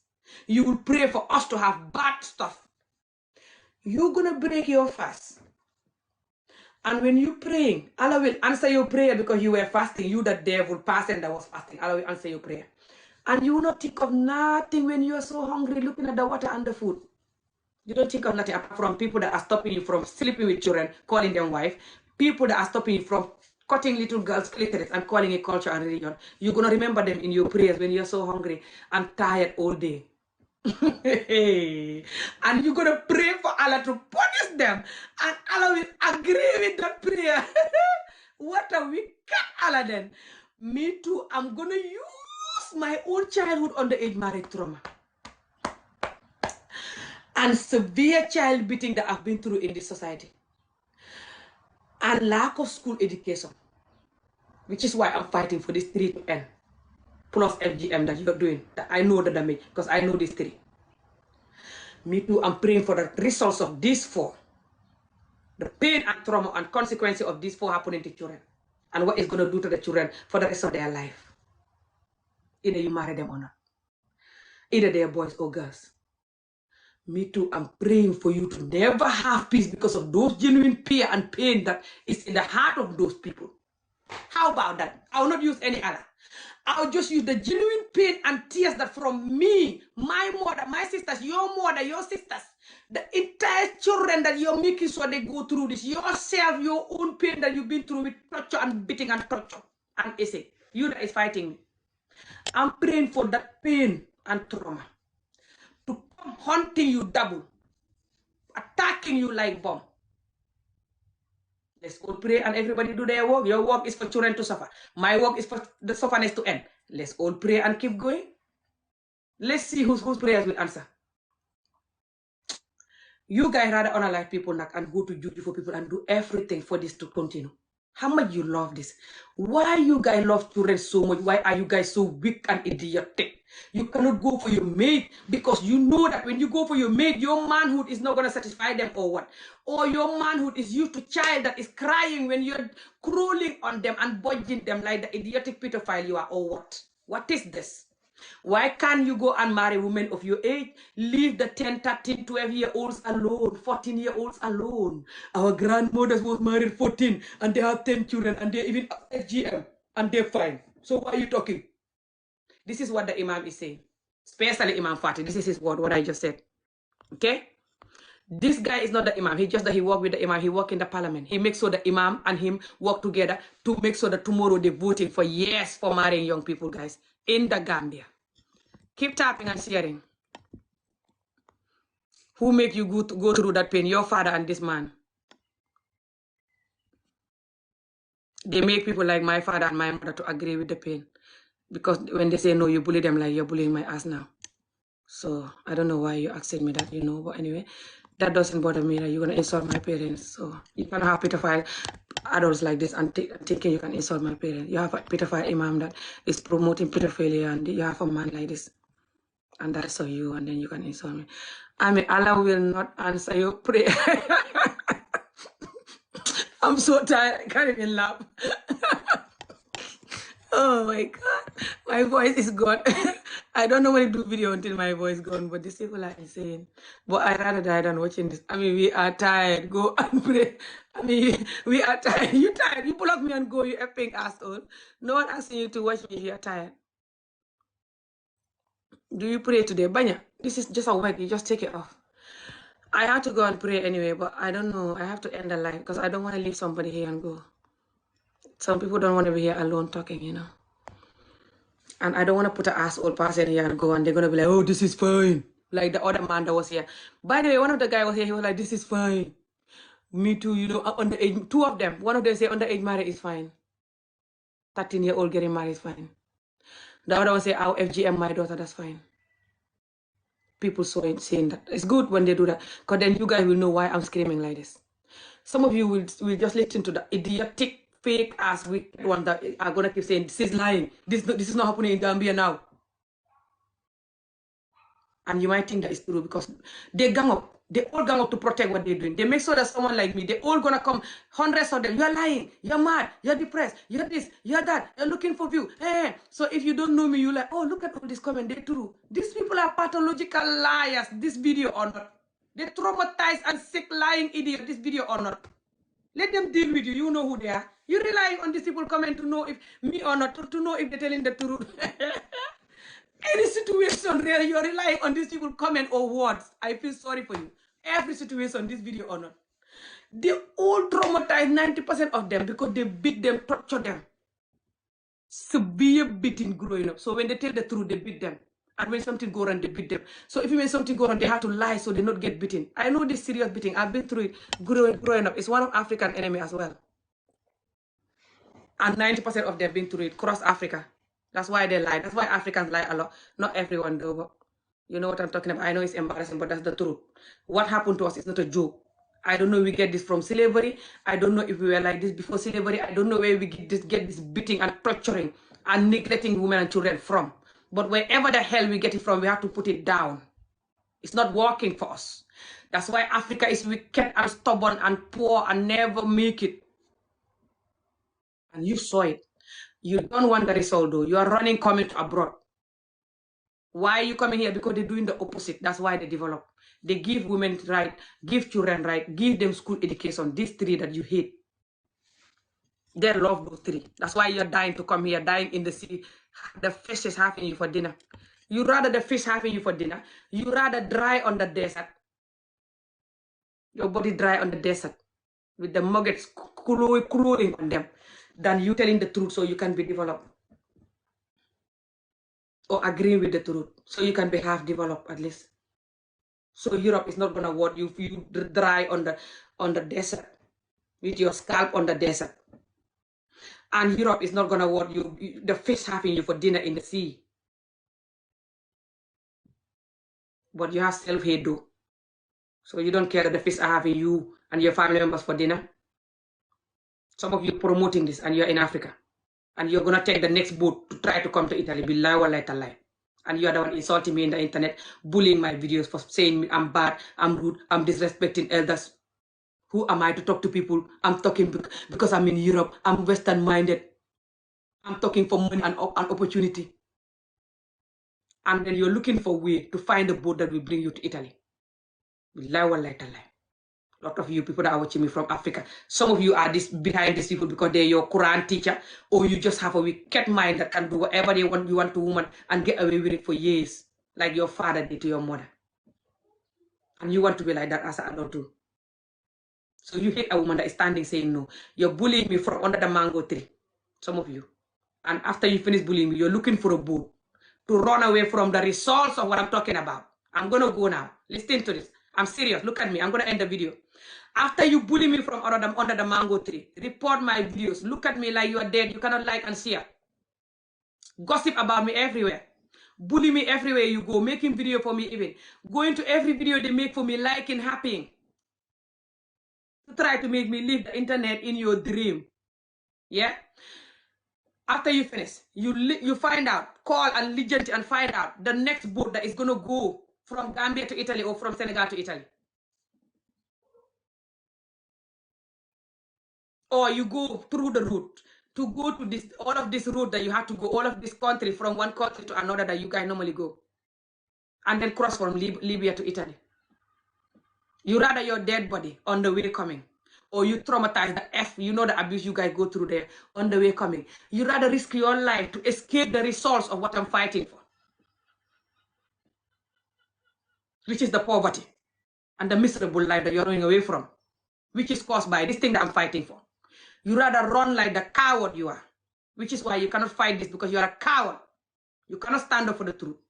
Because you know if you do, they'll attack you like they're doing to me. So you cannot join me. So we all join each other. So the cowards can leave us alone so we can finally have freedom. You cannot do that. But you have the strength and energy to go millions of miles away through the back way to go to Italy or marry somebody you don't even want just so you can bring your ass abroad. You don't care if the person give you HIV or any disease if you don't know their health. You're still going to risk it. Because a lot of you don't even have the gut to tell somebody abroad, let's do tests and know if you're healthy. You don't love yourself enough. You don't know your worth enough because you're programmed to be your self-enemy. You're programming that cause you so poor that you can risk it all for a biscuit, for effing abroad. Like many of us did, or are doing now, or are going to do tomorrow. Keep tapping and sharing the video before I go. You cannot just watch the video and not tap. It's not good for my page. Especially some of you that don't support this type of behavior that these people are promoting. You rather die on the way trying to escape the results of what I'm fighting for. than you fighting this. How insane. You rather, I had 3 cousins that died on the way trying to come to the back way. Young, tall, handsome black men. And one woman who was married. She finished, her husband betrayed her. She crossed with her little baby boy, or a girl, I can't remember, 3-year-old. But I think it's a boy. According to the story, I hear it's a boy. They're crossing the boat and 200 people was in the boat from Gambia. The whole boat sink. How can you drive a boat from Gambia to Italy or wherever you're going? A boat that is not even a good boat. You don't even know where you're going. You don't have a sat nav. You don't know where you're going.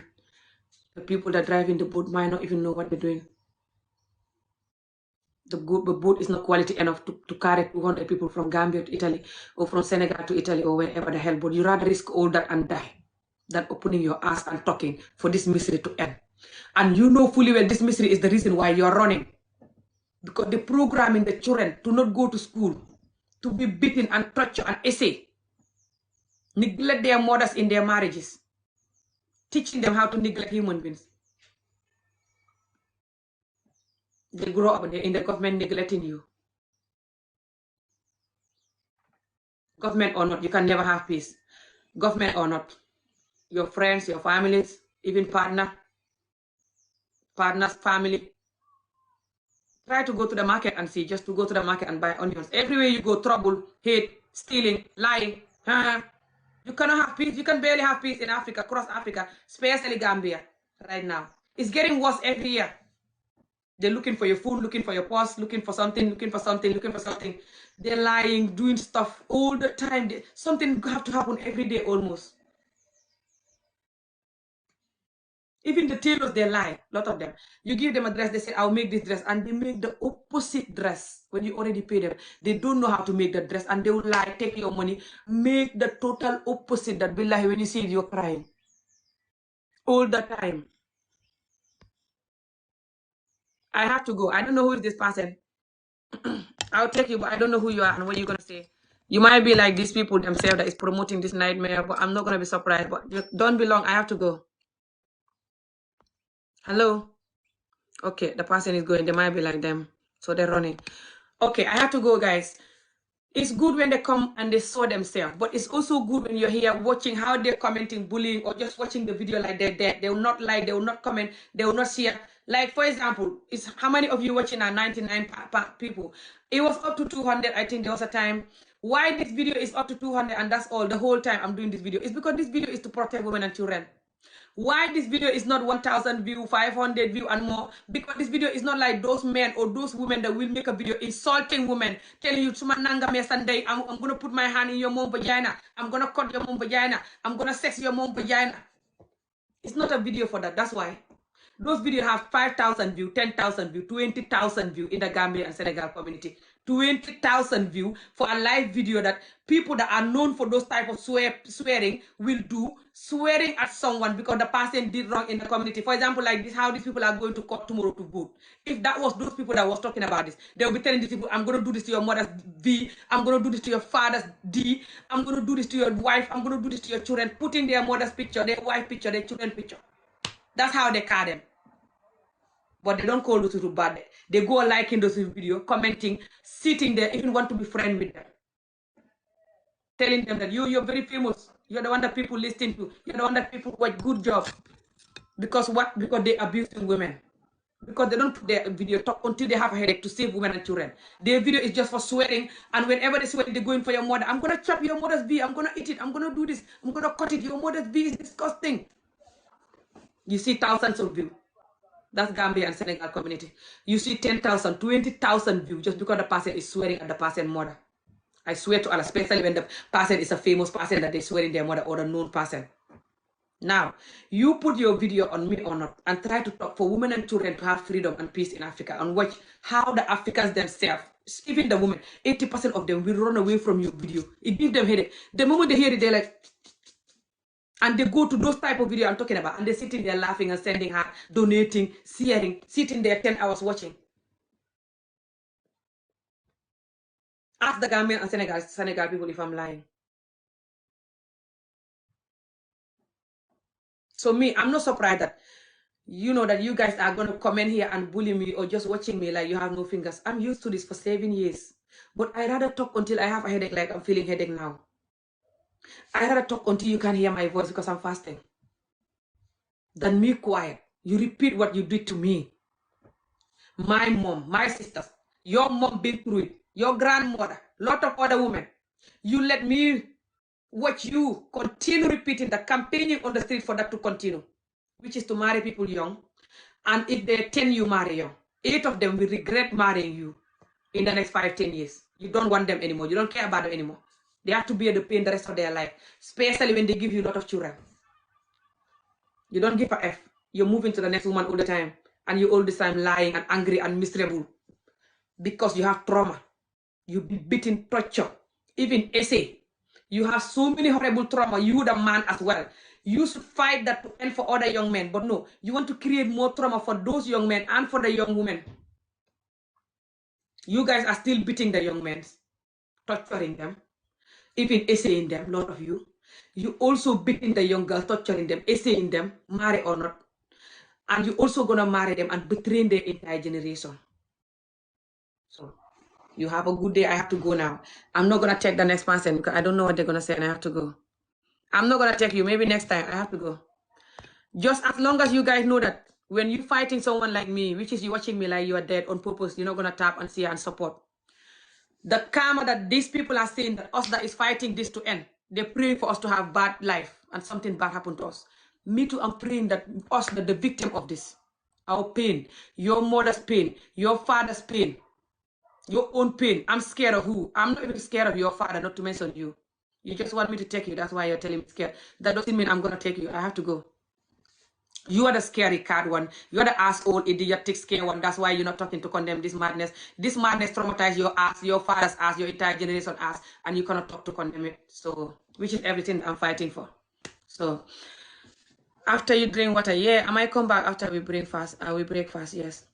So, guys, anyone that is watching this video, whenever I'm talking about this, and you don't tap, you don't share, you don't support on purpose, especially you have the gut to bully me, gossip about me, belittle my work. Wherever you see videos, people are bullying me, you're happy liking and sharing.